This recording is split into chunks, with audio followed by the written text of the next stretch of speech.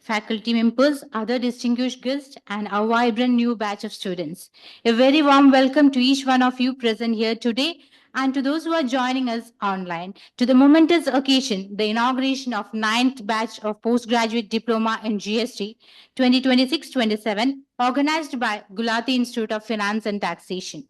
Over the years, this program has stood as a beacon for empowering future tax leaders, and today we gather once again to mark the beginning of another promising academic journey for our new batch of students.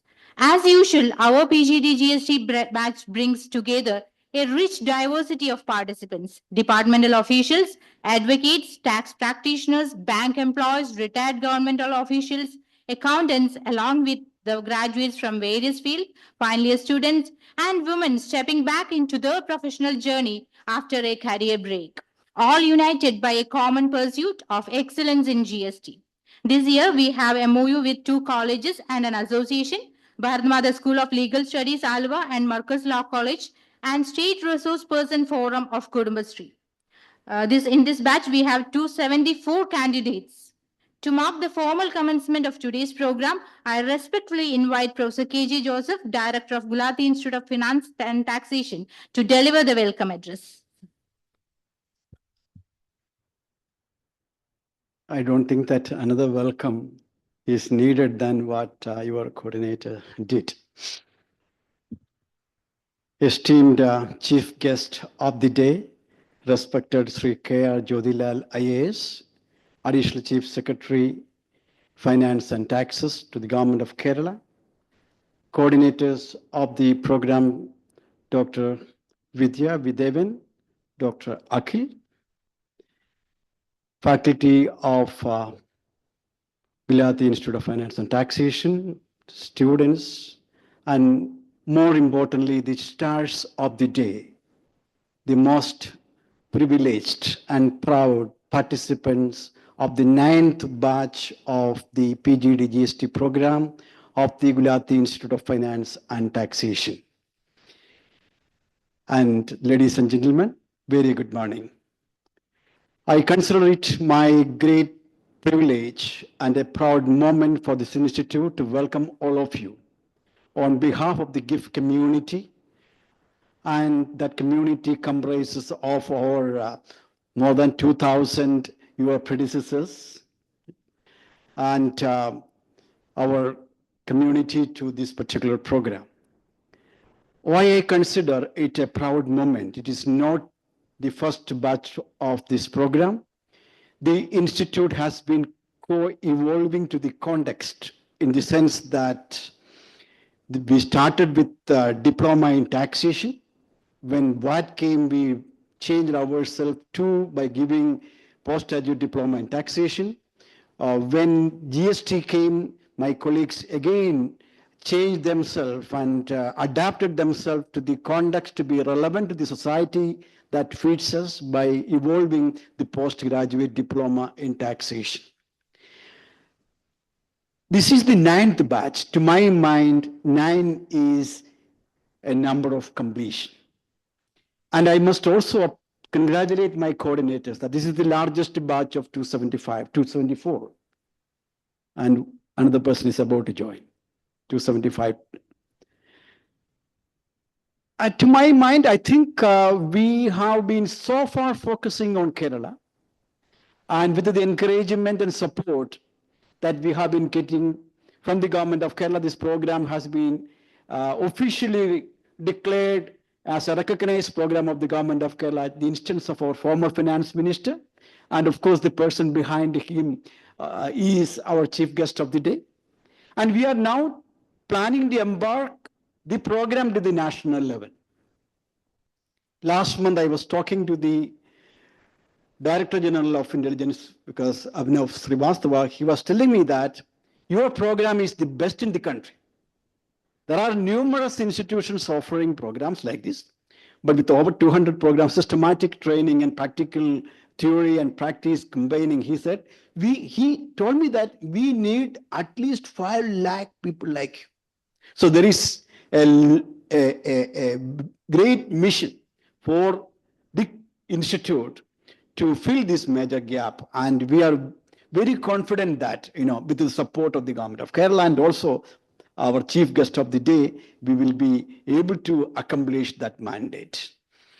And I must also tell you that this is a highly professionally oriented program, and to the best of our knowledge, not even a single PGD GST graduate is remaining unemployed. We get numerous offers, demands, but we are not able to meet that. That is the situation. And this is in fact a difference. It is actually in that sense a deviation from the general trend wherein educated unemployed is a major problem that our policymakers are trying their level best to grapple with. And I must tell you that we are extremely happy to welcome this 9th batch. And once you are here, you are a member of the wider GIFT family. We take pride in you, and we will be working together on all aspects to the extent possible. On behalf of all my colleagues, the GIFT community, I welcome you to this particular program. Now, I think the day is, we are very happy that we have Sri K.R. Jyothilal IAS, Additional Chief Secretary, a person who is unique in many different aspects. I work rather closely with him, and he's a member of our Executive Council, member of the governing body. And I think if I talk about him, it will get extended. He might stop me in between, so I will try to be very brief. To my mind, there are two types of people. There are different types. To be one type of people, if you go and visit, if you go and meet, when you get out of the office after the meeting, you may think, I should not have done it. I should not have gone. You feel depressed. You feel discouraged. You feel dejected. But here is a person. You know that Additional Chief Secretary, Finance and Tax in this state, a stressed state, fiscally stressed state, is not an easy job. You go to him, not only me, I have seen how he tackled people.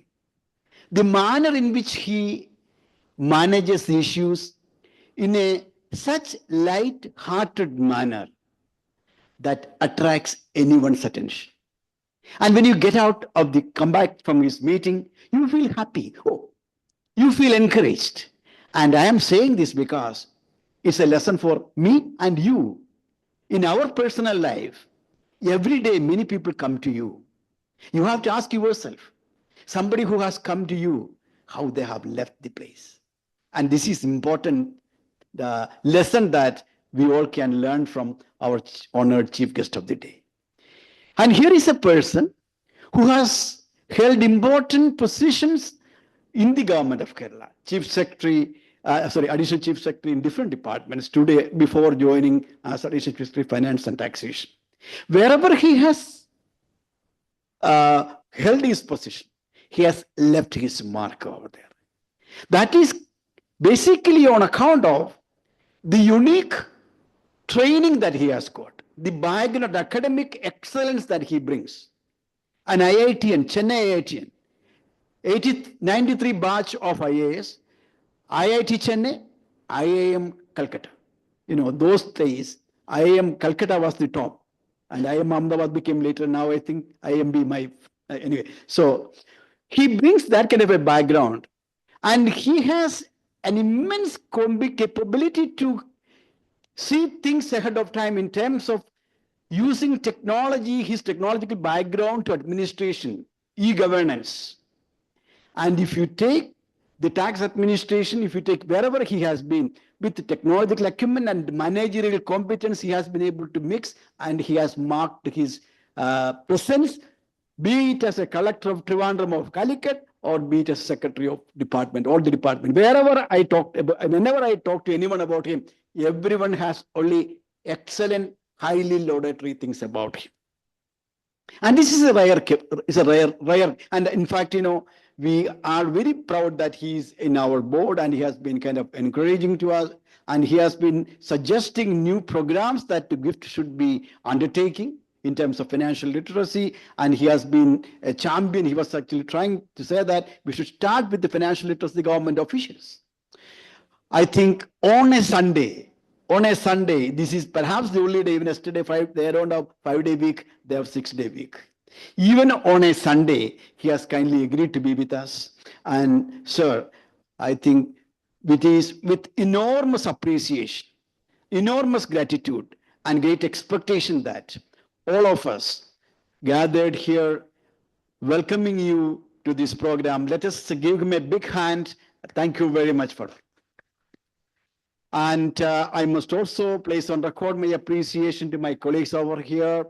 Professor Dr. Thomas, he has been always is a visiting faculty now. He has been here from the right beginning of the institute, and we have my visiting faculty, Dr. Anita Kumariamma, and we have Jenny Madam. We have other faculty members, my coordinators, and other my family, my gift family members. Of course, I have my technical staff, Abhilash and others. I thank you, and also I welcome all of you to this function. With these words, sir, may I invite you to address the 9th batch of the PGDGST program of Gujarat Institute of Finance and Taxation. Over to you, sir. Thank you, respected Professor KJ Joseph, Director, and other faculty members and professionals who have joined. I hope I am audible. Yes, sir. Yeah. In fact, I am not the right person with maybe there are all experts sitting there. In fact, I also wanted to join the course, but unfortunately, I may not have time to learn, but I will try to join whichever classes. In fact, he has made maybe GST is one of the greatest reform India has seen in the finance sector. Now, India has emerged as the largest market in the world. And one market, one tax system is something which is very, very difficult to implement. Probably 9 years have passed. A lot of teething problems are there. We are still grappling with that. But I think we made a beginning. 1 crore 40 lakh taxpayers are there. If I say maybe 10% of them have to consult a tax practitioner, I think the amount of the number of practitioners who are to be trained, who are to be skilled, which the country needs, this opens up an opportunity for employment to so many tax professionals. And this is one course which anybody can do it and it's all, I think, Saturday and Sunday. So anyone can join. So this is, I should thank the entire GIFT team for bringing such a course. In fact, state government has already announced in the budget, last budget, that this will be recognized and probably formal orders will be issuing soon. Second is we have approached the GST Council for getting it approved so that it will be nationally recognized. So that those who pass out will be able to practice anywhere in the country. Just like ICAI, in my opinion, is that ICAI type, you should have a professional body which will recognize the and give membership. Just like a doctor takes their IMA, their number, ICAI professional take it. So then you can bring in the quality and ethics and standards in the profession. In fact, once I was discussing with the Chief Justice of the High Court regarding we have got a 13,000 crore under stay by various courts. Then he said the lawyers do not have that much knowledge. The taxation lawyers are not there. Those lawyers are very good in maybe in fighting cases, maybe criminal case or civil case, but there are not enough good tax lawyers. So that is where the need for interdisciplinary approach is, which plays a big role. You need to have knowledge about the law, the economics, the taxation and management. Now with the technology as additional layer, because a lot of things you can use technology. In fact, I was talking to SAS team, which they do the AI for the taxation, both direct tax and indirect tax, CBSE and CBDT, both of them they have been helping. So how the technology can be used to detect various flaws and various layers.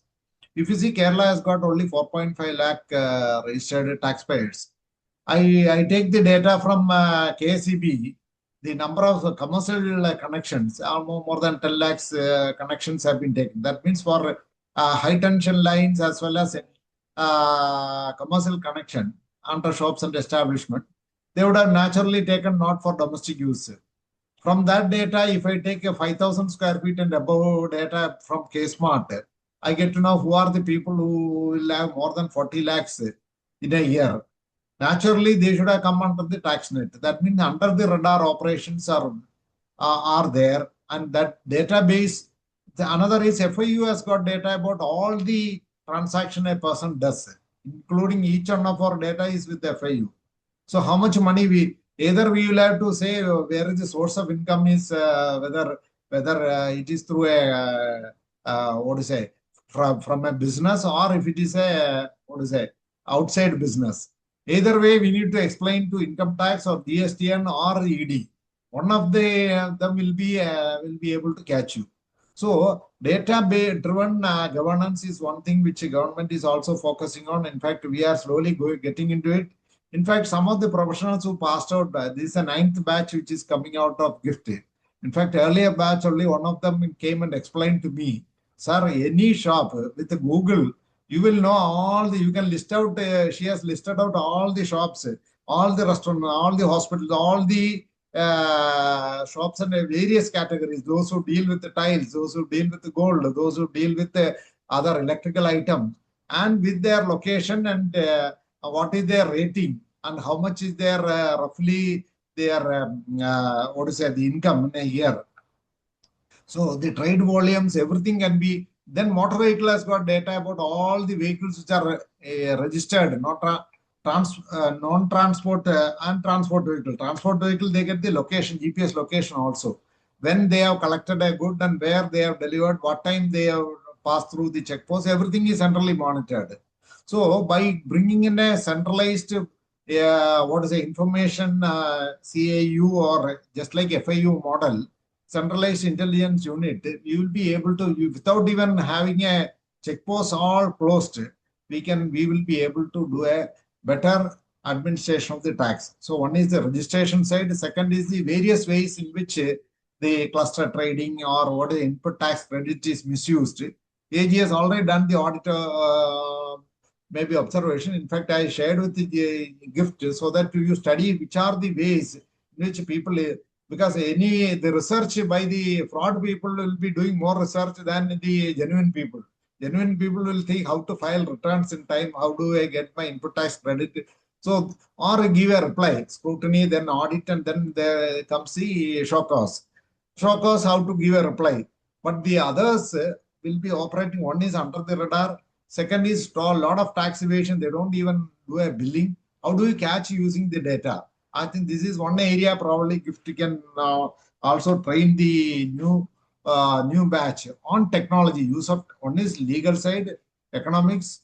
Third one is your taxation and technology and management.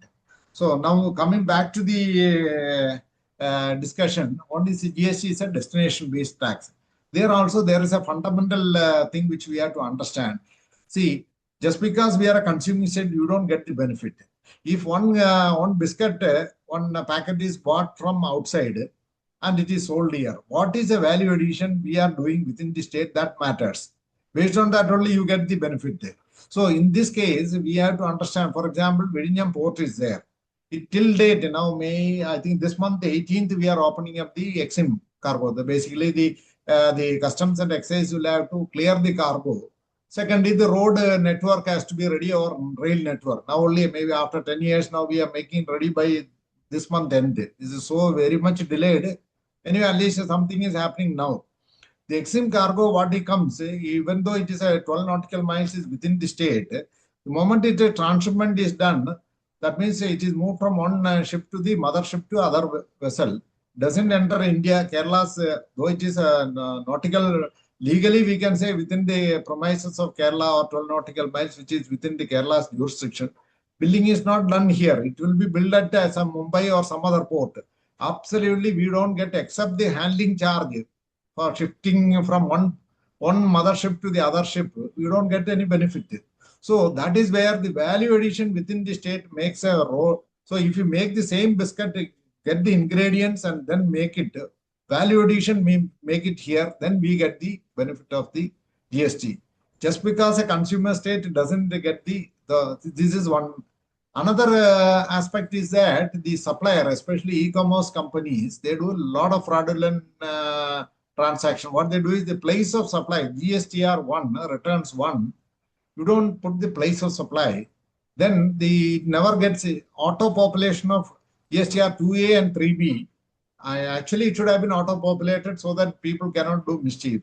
So if you don't make a place of supply, we don't get the benefit. Only the state in which they are or the government of India gets it. So this is another aspect which we need to look at. So I think how do we bring one option which we are suggesting is you follow open protocol so that data is known to the rest in the network. So I know who is the supplier, because the supplier, whoever is the seller, he is bound to collect the tax and pay. The Amazon and Flipkart, they are intermediary, just like Ola or Uber, where the intermediary say my server is in US, and neither they told, even Supreme Court saying that I cannot share the data. I'm an American company, my data is. Then you make an open protocol must for all e-commerce. I think half of the transactions we will be able to detect, because earlier we found that some of the supplies which were done, the supplier is in Tamil Nadu, and that himself he is a genuine supplier or a fake supplier, we do not know. I think this is a need for open data platforms. I think this is another area. That's why the technology part also need to be trained to the professionals, so that they can, even my own department people needs to be trained, because the typical olden system of VAT, they will not be able to handle such complicated cases. This is another aspect which I thought I should bring into the notice. Another one is, you see, now only the appellate tribunals we are also, our nominee is yet to be posted, because we didn't get any person who is competent, 25-year experience or 20-year experience. So otherwise, all their service with the minimum taxation experience can be included. Probably we may get somebody this time. So now, this is one aspect where appellate, now case law is.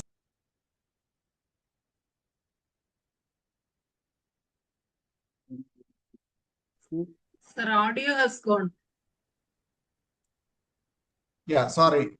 Yeah. So, yeah, I'm audible now. It is fine. It's fine. Please go ahead. Sorry, what happens is when the call comes, it gets a mobile gets connected. Yeah. So the appellate tribunals is being set up. So then only we will get the enough case law, so that you can, then a lot of cases are likely to come. So we need people, practitioners who can fight these cases in the court. This is another aspect which we needs to be looked into. Then you are having around 200 sessions which covers law, commerce, economics, and probably technology side will be given. I am sure the faculty in GIFT are highly competent, and they have got, in fact, in my opinion, they should start new courses also, like macroeconomics, techno-economics, etc. Because economics and technology, these are the two things which can take the country out of the middle income trap. This is how the history says that whether it is Israel, South Korea, any one of or China, massive actually GST GDP growth happens when infrastructure investment happens, and GDP GST growth will happen, and then only unless the value addition, value creation happens within the state. Now all the other things are only value destruction or value transfer models. Mostly Kerala we are having, whether it is PSUs or most of them are value creation is less and value transfer models are being followed. I think that doesn't give much GST increase.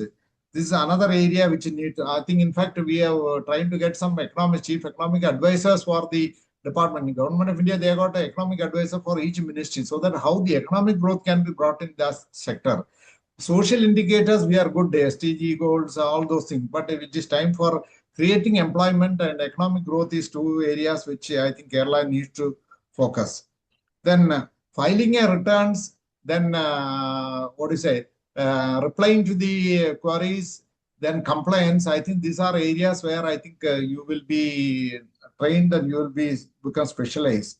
Another area which we are looking at e-invoicing. You go to Japan or Singapore, you buy from any shop. By the time you reach in fact, we have suggested for a pilot to be taken in one city. You buy any goods, the moment you go outside the country, or a foreigner or a tourist who is coming, you should be able to get these GST returns in cash or into his credit card as done in any other country. That means you should have a centralized billing system where everything, whatever you buy, the GST, you will be able to get it refunded when you reach the airport. Nowadays, with the facial recognition technology, once you enter your entire your data about your passport and other details can be fetched there itself. I think it is done by more advanced countries. I think this is another pilot which we have suggested to central GST, so that, but for that we need to have a centralized billing system. So the architecture has to be well thought about. As most of these multinational companies, when they do, whether it is Nissan, Tony was telling, CEO, but the architecture of the software, which you should be able to cater to maybe the next 100 years. That means whatever is the number of people which are likely to come, so that database should be able to handle such a volume. I think this is another aspect which needs to be probably looked into. Data analytics, as I said, audit and litigation support are other areas. I am very happy that this is the 9th batch. As he said, 0 to 9. 9 is the last number. So it is like it shows the perfection or reaching the, they say 9 is a divine number because it's ultimate. After that, it's only a single digit gets over with the 9.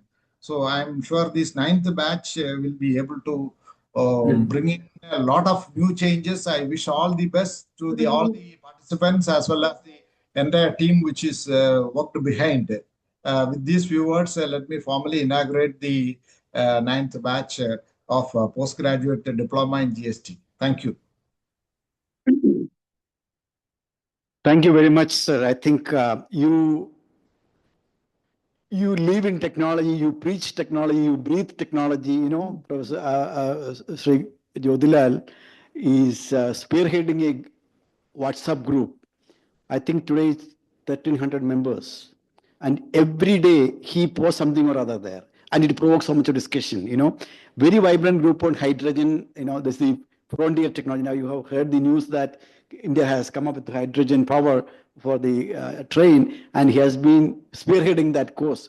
Thank you so much, sir. I think your suggestions in terms of embedding technology while the institute is co-evolving, we must also co-evolve to technological changes which we cannot bypass. In fact, yesterday he kindly sent me I must also tell you, thank you very much, sir. I think I don't want to keep you waiting. Thank you very much for coming on a Sunday and taking your time out of your otherwise busy schedule. You know how many portfolios he's managing, planning, his finance, taxation. I didn't want to say all those things, but always composed, calm, no problem. Thank you very much, sir. Thank you. Thank you. Thank you, sir, for the enlightening address. Your words will surely serve as a guiding light for our students as they embark on this journey of specialized learning in GST. And now there is a slight change in the schedule. Now Jenny ma'am will be talking to you. She has some other engagement. She has to go for giving food for some charity purpose, etc. So now she's the backbone of the PGDST. എപ്പോഴും നമ്മളിവിടെ convocation programme ceremony വെച്ച് കഴിഞ്ഞാൽ എല്ലാ സ്റ്റുഡൻസിനും ഒരുപാട് പറയാനുള്ളത് ജെനി മാമിനെ കുറിച്ചാണ്. So സ്നേഹപൂർവ്വം ജെനി മാമിനെ ക്ഷണിക്കുന്നു നമ്മുടെ പുതിയ ബാച്ചിനോട് സംസാരിക്കാനായിട്ട്.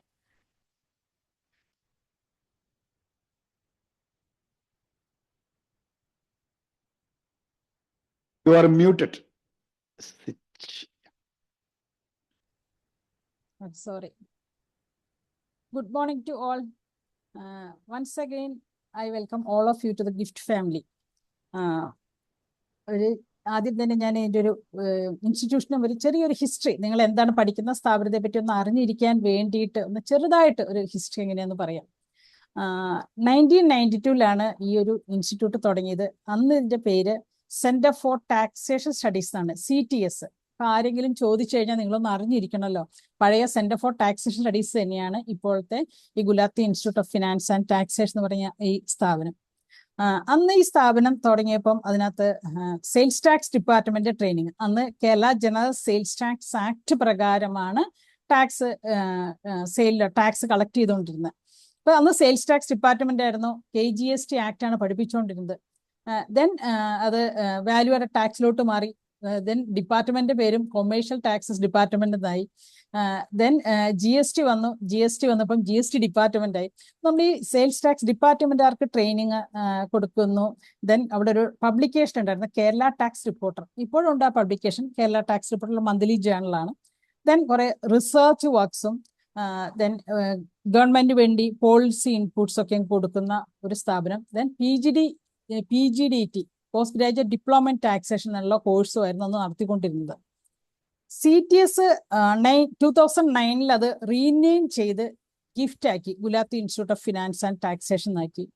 സെന്റർ ഫോർ ടാക്സേഷൻ സ്റ്റഡീസ് ആയിരുന്നപ്പം ഓഫീസ് കൈമനത്തായിരുന്നു, ട്രിവാൻഡ്രത്തുള്ള കൈമനം എന്നുള്ള സ്ഥലത്തായിരുന്നു. ദെൻ 2015 ന്യൂ ക്യാമ്പസിലോട്ട് ശ്രീകാര്യത്തോട്ട് ഇത് വന്നത്. അപ്പൊ അതിനുശേഷമാണ് ഇവിടെ PhD പ്രോഗ്രാമും ദെൻ കേരള എക്കോണമി എന്നുള്ള വേറൊരു പബ്ലിക്കേഷനും ദെൻ റിസർച്ച് കപ്പാസിറ്റി ബിൽഡിംഗ് എന്നുള്ള പ്രോഗ്രാമും അതെല്ലാം സ്റ്റാർട്ട് ചെയ്തു. നമ്മൾ ഈ കോഴ്സിന് നിങ്ങൾ ചേർന്ന് കഴിഞ്ഞപ്പോഴത്തേക്കും, ഈ കോഴ്സിന് ഞങ്ങൾ ചേർന്നാൽ എന്താണ് ഇതിന്റെ ബെനിഫിറ്റ് എന്ന് എല്ലാവരും ചിന്തിക്കും അല്ലെ. ഇത്ര പൈസയൊക്കെ മുടക്കി സമയമെല്ലാം എടുത്ത് നമ്മൾ ഈ ഒരു കോഴ്സിന് ചേർന്നു, എന്താണ് ഇതിന്റെ ബെനിഫിറ്റ്? എല്ലാവരും പറയും ടാക്സ് GST പ്രാക്ടീഷണർ ആവാം എന്നുള്ളത്. അതിപ്പോ BCom LLB MBA ഉണ്ടെങ്കിൽ നമുക്ക് GST പ്രാക്ടീഷണർ ആവാം. ഈ കോഴ്സിന് ഇപ്പൊ സാറ് പറഞ്ഞതുപോലെ തന്നെ ഈ കോഴ്സ് പാസ്സാകുന്ന ആർക്കാണെങ്കിലും ഡിഗ്രി കഴിഞ്ഞവർ ഈ കോഴ്സ് പാസ്സായി കഴിഞ്ഞാൽ അവർക്ക് ടാക്സ് പ്രാക്ടീഷണർ ആവാനായിട്ടുള്ള ഒരു റെക്കഗ്നേഷന് വേണ്ടിയിട്ട് GST കൗൺസിൽ അതിങ്ങനെ അതിന്റെ പ്രോസസ്സ് എല്ലാം ചെയ്തുകൊണ്ടിരിക്കുന്ന ഒരു സിറ്റുവേഷൻ ആണ് ഇപ്പോൾ. ദെൻ അഡ്വക്കേറ്റ്സ്, ഒത്തിരി പേര് അഡ്വക്കേറ്റ്സ് ജോയിൻ ചെയ്തിട്ടുണ്ട്. അഡ്വക്കേറ്റ്സിനെ സംബന്ധിച്ച് പറയുവാണെങ്കിൽ ഇപ്പൊ തന്നെ നേരത്തെ സാറ് തന്നെ പറഞ്ഞു, ടാക്സ് ഫീൽഡില് അഡ്വക്കേറ്റ്സിന്റെ എണ്ണം കുറവാണ്, ടാക്സ് നന്നായിട്ട് അറിയുന്നവരും നന്നായിട്ട് കുറവാണ്. എൻ്റെ അടുത്ത് ഒത്തിരി പേര് ചോദിച്ചിട്ടുണ്ട്, നന്നായിട്ട് ടാക്സ് അറിയുന്ന സ്റ്റുഡൻസിന് ഞങ്ങൾക്ക് തരുമോ, ഞങ്ങൾക്ക് അഡ്വക്കേറ്റ്സിന്റെ, അതായത് നന്നായിട്ട് ടാക്സ് അറിയുന്നവർ ഞങ്ങളുടെ ജൂനിയേഴ്സ് ആയിട്ട് എടുക്കാനായിട്ട്. അങ്ങനെ ഒത്തിരി അഡ്വക്കേറ്റ്സിനാണെങ്കിൽ ഇത് നന്നായിട്ട് പഠിച്ചു കഴിഞ്ഞിട്ടുണ്ടെങ്കിൽ ടാക്സ് ഫീൽഡിൽ നിങ്ങൾക്ക് ഒത്തിരി ഓപ്പർച്യൂണിറ്റി ഉള്ളതാണ്. ദെൻ അക്കൗണ്ടൻസിനാണെങ്കിലും അതുപോലെ തന്നെ GST എല്ലാ ഫീൽഡിലും ആപ്ലിക്കബിൾ ആണ്. ഇപ്പൊ ഏത് ജോബ് നോക്കി കഴിഞ്ഞാലും കാണാം GST ഉണ്ടെങ്കിൽ GSTയുടെ ഒരു അവയർനെസ് എപ്പോഴും ഉണ്ടായിരിക്കണം എന്നുള്ളതൊരു ജോബ് റിക്വയർമെന്റിൽ ഒരു സിറ്റുവേഷൻ ആയിട്ട് വന്നിട്ടുണ്ട്. ബിസിനസ്സുകാരാണെങ്കിൽ ബിസിനസ് ചെയ്യുന്നു, ആ ബിസിനസ്സുകാരാണെങ്കിൽ ബിസിനസ് ചെയ്യുമ്പോഴത്തേക്കും അവരുടെ വർക്ക് ആരെങ്കിലും ഏൽപ്പിക്കുകയോ ചെയ്യാം, അല്ലെ, ഒരു പ്രാക്ടീഷണറെയോ ചാർട്ടേഡ് അക്കൗണ്ടന്റെയോ ആരെങ്കിലും ഏൽപ്പിക്കും. അപ്പൊ അത് കാരണം എന്ന് കരുതി ബിസിനസ്സുകാർ ഇത് അറിയാൻ ഈ നോയും അറിഞ്ഞിരിക്കണം. കാരണം എനിക്ക് തന്നെ ഒത്തിരി പേരുടെ അനുഭവങ്ങൾ എൻ്റെ എക്സ്പീരിയൻസിൽ തന്നെ അറിയാം. ആരെങ്കിലും പ്രാക്ടീഷണറോ ചാർട്ടേഡ് അക്കൗണ്ടന്റെയോ ഏൽപ്പിക്കും, പിന്നീട് അവർ ആ ഭാഗത്തോട്ട് തിരിഞ്ഞു നോക്കത്തില്ല. ഈ ലോയെ പറ്റി നമുക്ക് ബേസിക് ആയിട്ടുള്ള ഒരു കാര്യം ബിസിനസ്സുകാരും അറിഞ്ഞിരിക്കാൻ മാത്രമേ നമുക്ക് അവരോടൊന്ന് ചോദിക്കണം, നിങ്ങൾ റിട്ടേൺ ഫയൽ ചെയ്തോ, എന്താണ് കാര്യം, ഓരോ കാര്യങ്ങളും ചോദിക്കണം, ഒന്ന് അറിഞ്ഞിരിക്കണം എന്നുള്ളതാണ്. ഈ ഇൻഡയറക്ട് ടാക്സ് ആണ് GST എന്നുള്ളത് അറിയാം. നമ്മളെല്ലാവരും GST കൊടുക്കുന്നവരാണ്. അപ്പൊ എല്ലാവരും അതിനെ പറ്റിയുള്ള ഒരു അവയർനെസ് വേണം. GSTയെ സംബന്ധിച്ച് നോക്കുകയാണെങ്കിൽ ഞാൻ ആദ്യം തന്നെ നേരത്തെ പറഞ്ഞു, Kerala general sales tax act, അത് കഴിഞ്ഞ് Kerala value added tax act വന്നു, ഇപ്പം GST വന്നു എന്ന് കരുതി കേരള ജനറൽ സെയിൽസ് ടാക്സ് ആക്ടും കേരള വാല്യൂ ടാക്സ് ആക്ടും ഇപ്പോഴും അങ്ങനെ തന്നെ കണ്ടിന്യൂ ചെയ്യുന്നുണ്ട്. അത് കളഞ്ഞിട്ടല്ല GST വന്നത്. റവന്യൂവിന്റെ പോയിന്റ് ഓഫ് വ്യൂവിൽ ഏകദേശം ഒരു 48% റവന്യൂ ഇപ്പോഴും കിട്ടുന്നത് കേരള ജനറൽ സെയിൽസ് ടാക്സ് ആക്ടിൽ നിന്നും കേരള വാല്യൂ ആഡഡ് ടാക്സിൽ നിന്നും. അതെല്ലാവരും വളരെയൊക്കെ മറന്നു പോവുകയാണ് ആ സിറ്റുവേഷനെ. ഞാൻ എൻ്റെ ക്ലാസ്സിൽ പഠിപ്പിക്കുമ്പം മൂന്നും വെച്ച് കമ്പയർ ചെയ്തായിരിക്കും പഠിപ്പിക്കുക. കേരള ജനറൽ സെയിൽസ് ടാക്സ് ആക്ടും കേരള വാല്യൂ ആഡഡ് ടാക്സ് ആക്ടും GSTയും വെച്ചിട്ട് ഓരോന്നും കമ്പയർ ചെയ്തിട്ടായിരിക്കും ക്ലാസ്സിൽ പഠിപ്പിക്കാനായിട്ട് ഉദ്ദേശിക്കുന്നത്. ദെൻ ഇനി ഇതിന്റെ ബെനിഫിറ്റ്സിനെ പറ്റി വീണ്ടും പറഞ്ഞിട്ടുണ്ടെങ്കിൽ GST ഓഫീസേഴ്സിന്, അതായത് ഇനിയിപ്പോൾ പഠിച്ചുകൊണ്ടിരിക്കുന്ന സ്റ്റുഡൻസിനൊക്കെ ആണെങ്കിൽ നിങ്ങൾ പല PSC ടെസ്റ്റൊക്കെ എഴുതുമ്പോഴത്തേക്കും ഇപ്പം GST ഓഫീസേഴ്സിന്റെ ടെസ്റ്റൊക്കെ വന്നാൽ നിങ്ങൾ അപ്ലൈ ചെയ്യണം, അതിന്റെ ക്വാളിഫിക്കേഷൻ ഉള്ളവർ അപ്ലൈ ചെയ്യണം എന്നാണ് ഞാൻ പറയാറുള്ളത്. കാരണം ആ ഓഫീസേഴ്സിന്റെ ടെസ്റ്റിനുള്ള PSC ടെസ്റ്റിന് നിയർലി ഒരു 60 to 70% ക്വസ്റ്റ്യൻസും വരുന്നത് നമ്മളുടെ ഈ PGD GST കോഴ്സിന്റെ സിലബസിൽ നിന്നാണ്. അതിനാൽ തന്നെ പല സ്റ്റുഡൻസും പറഞ്ഞിട്ടുണ്ട്, കേരള അഡ്മിനിസ്ട്രേറ്റീവ് സർവീസിനുള്ള ടെസ്റ്റ് വന്നു കഴിഞ്ഞാൽ പലരും വിളിച്ച് പറഞ്ഞിട്ടുണ്ട്, ഈ കോഴ്സ് പാസ്സായ കാരണം ഞങ്ങൾക്ക് വളരെ ഉപകാരമായിരുന്നു, ഞങ്ങൾക്ക് ഒത്തിരി കാര്യങ്ങൾ ഇത് ഈ കോഴ്സ് പഠിച്ചു തരണം ആൻസർ ചെയ്യാനായിട്ട് പറ്റി എന്നുള്ളത് പറയാറുണ്ട്. എനിക്ക് വേറൊരു എടുത്തു പറയേണ്ട ഒരു കാര്യം, നമ്മുടെ തമിഴ്നാട്ടിലൊക്കെ ആണെങ്കിൽ ഇവിടെ നമ്മുടെ ഗവൺമെന്റ് പ്ലീഡർ പോലെ അവിടുത്തെ സ്റ്റാൻഡിംഗ് കൗൺസിൽ നോർമലി അവർ പൊളിറ്റിക്കൽ ഇൻഫ്ലുവൻസ് ഉള്ളവർക്കേ കൊടുക്കത്തുള്ളൂ.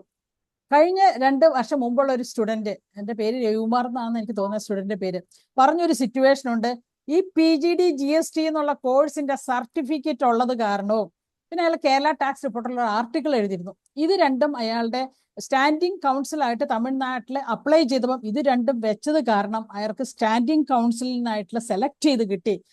തമിഴ്നാടിന്റെ ഹിസ്റ്ററിയിൽ പോലും ആദ്യമായിട്ടാണ് പൊളിറ്റിക്കൽ ഇൻഫ്ലുവൻസ് ഇല്ലാത്ത ഒരാൾക്ക് ഈ ഒരു പോസ്റ്റ് കിട്ടുന്നത്. അത് നമ്മളുടെ ഈ സർട്ടിഫിക്കറ്റിന്റെ ഒരു വാല്യൂ എത്രയാണെന്ന് നമ്മൾ മനസ്സിലാക്കാൻ വേണ്ടിയിട്ട് പറയുന്നതാണ്.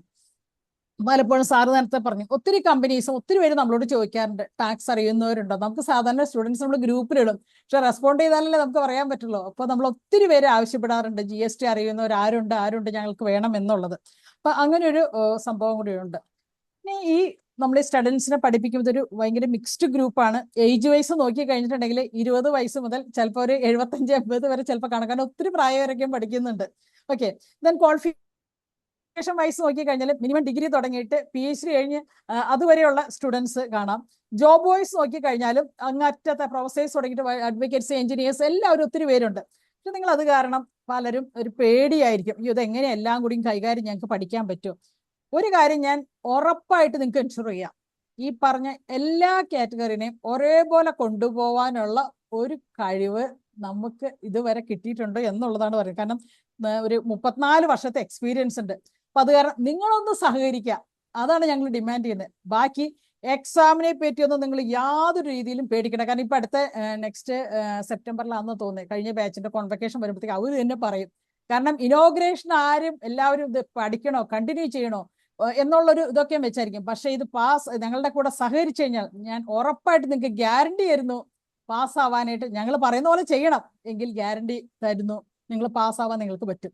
ഓക്കെ, തീരെ ഉഴപ്പണം എന്നല്ല ഞാൻ പറഞ്ഞ്, നമ്മുടെ കൂടെ നമ്മൾ പറയുന്ന രീതിയിൽ കാര്യങ്ങൾ ചെയ്തു കഴിഞ്ഞിട്ടുണ്ടെങ്കിൽ അങ്ങനെ നിങ്ങൾക്ക് അത് പാസ്സാവാനായിട്ട് വലിയ കാരണം കുറെ MCQ 2-3 പേപ്പറുള്ള MCQ ക്വസ്റ്റ്യൻസ് ഒക്കെ ഉണ്ട്. കാരണം പ്രായമാർക്കൊന്നും ഒത്തിരി എഴുതാൻ പറ്റത്തില്ല, പക്ഷെ നന്നായിട്ട് പഠിക്കണം. അപ്പൊ അങ്ങനെ എല്ലാവരെയും നന്നായിട്ട് പഠിച്ച് എല്ലാവരും നല്ലൊരു സർട്ടിഫിക്കറ്റ് അടുത്ത വർഷത്തെ നിങ്ങളുടെ കോൺവക്കേഷന് നമുക്ക് എല്ലാവർക്കും ഒരുമിച്ച് പങ്കെടുക്കാനുള്ള ഇനോഗ്രേഷൻ പോലെ തന്നെ എല്ലാവരും നന്നായിട്ട് പഠിച്ച് ഒന്നിച്ച് നമുക്ക് സർട്ടിഫിക്കറ്റ് കൊണ്ടുപോകണം എന്നുള്ളതാണ്. ഓക്കെ, എല്ലാവർക്കും നെക്സ്റ്റ് ക്ലാസ് എനിക്കൊന്ന് നെക്സ്റ്റ് സാറ്റർഡേ എൻ്റെ ക്ലാസ് ആയിരിക്കും, ബാക്കി ഞാൻ ക്ലാസ്സിൽ പറഞ്ഞോളാം.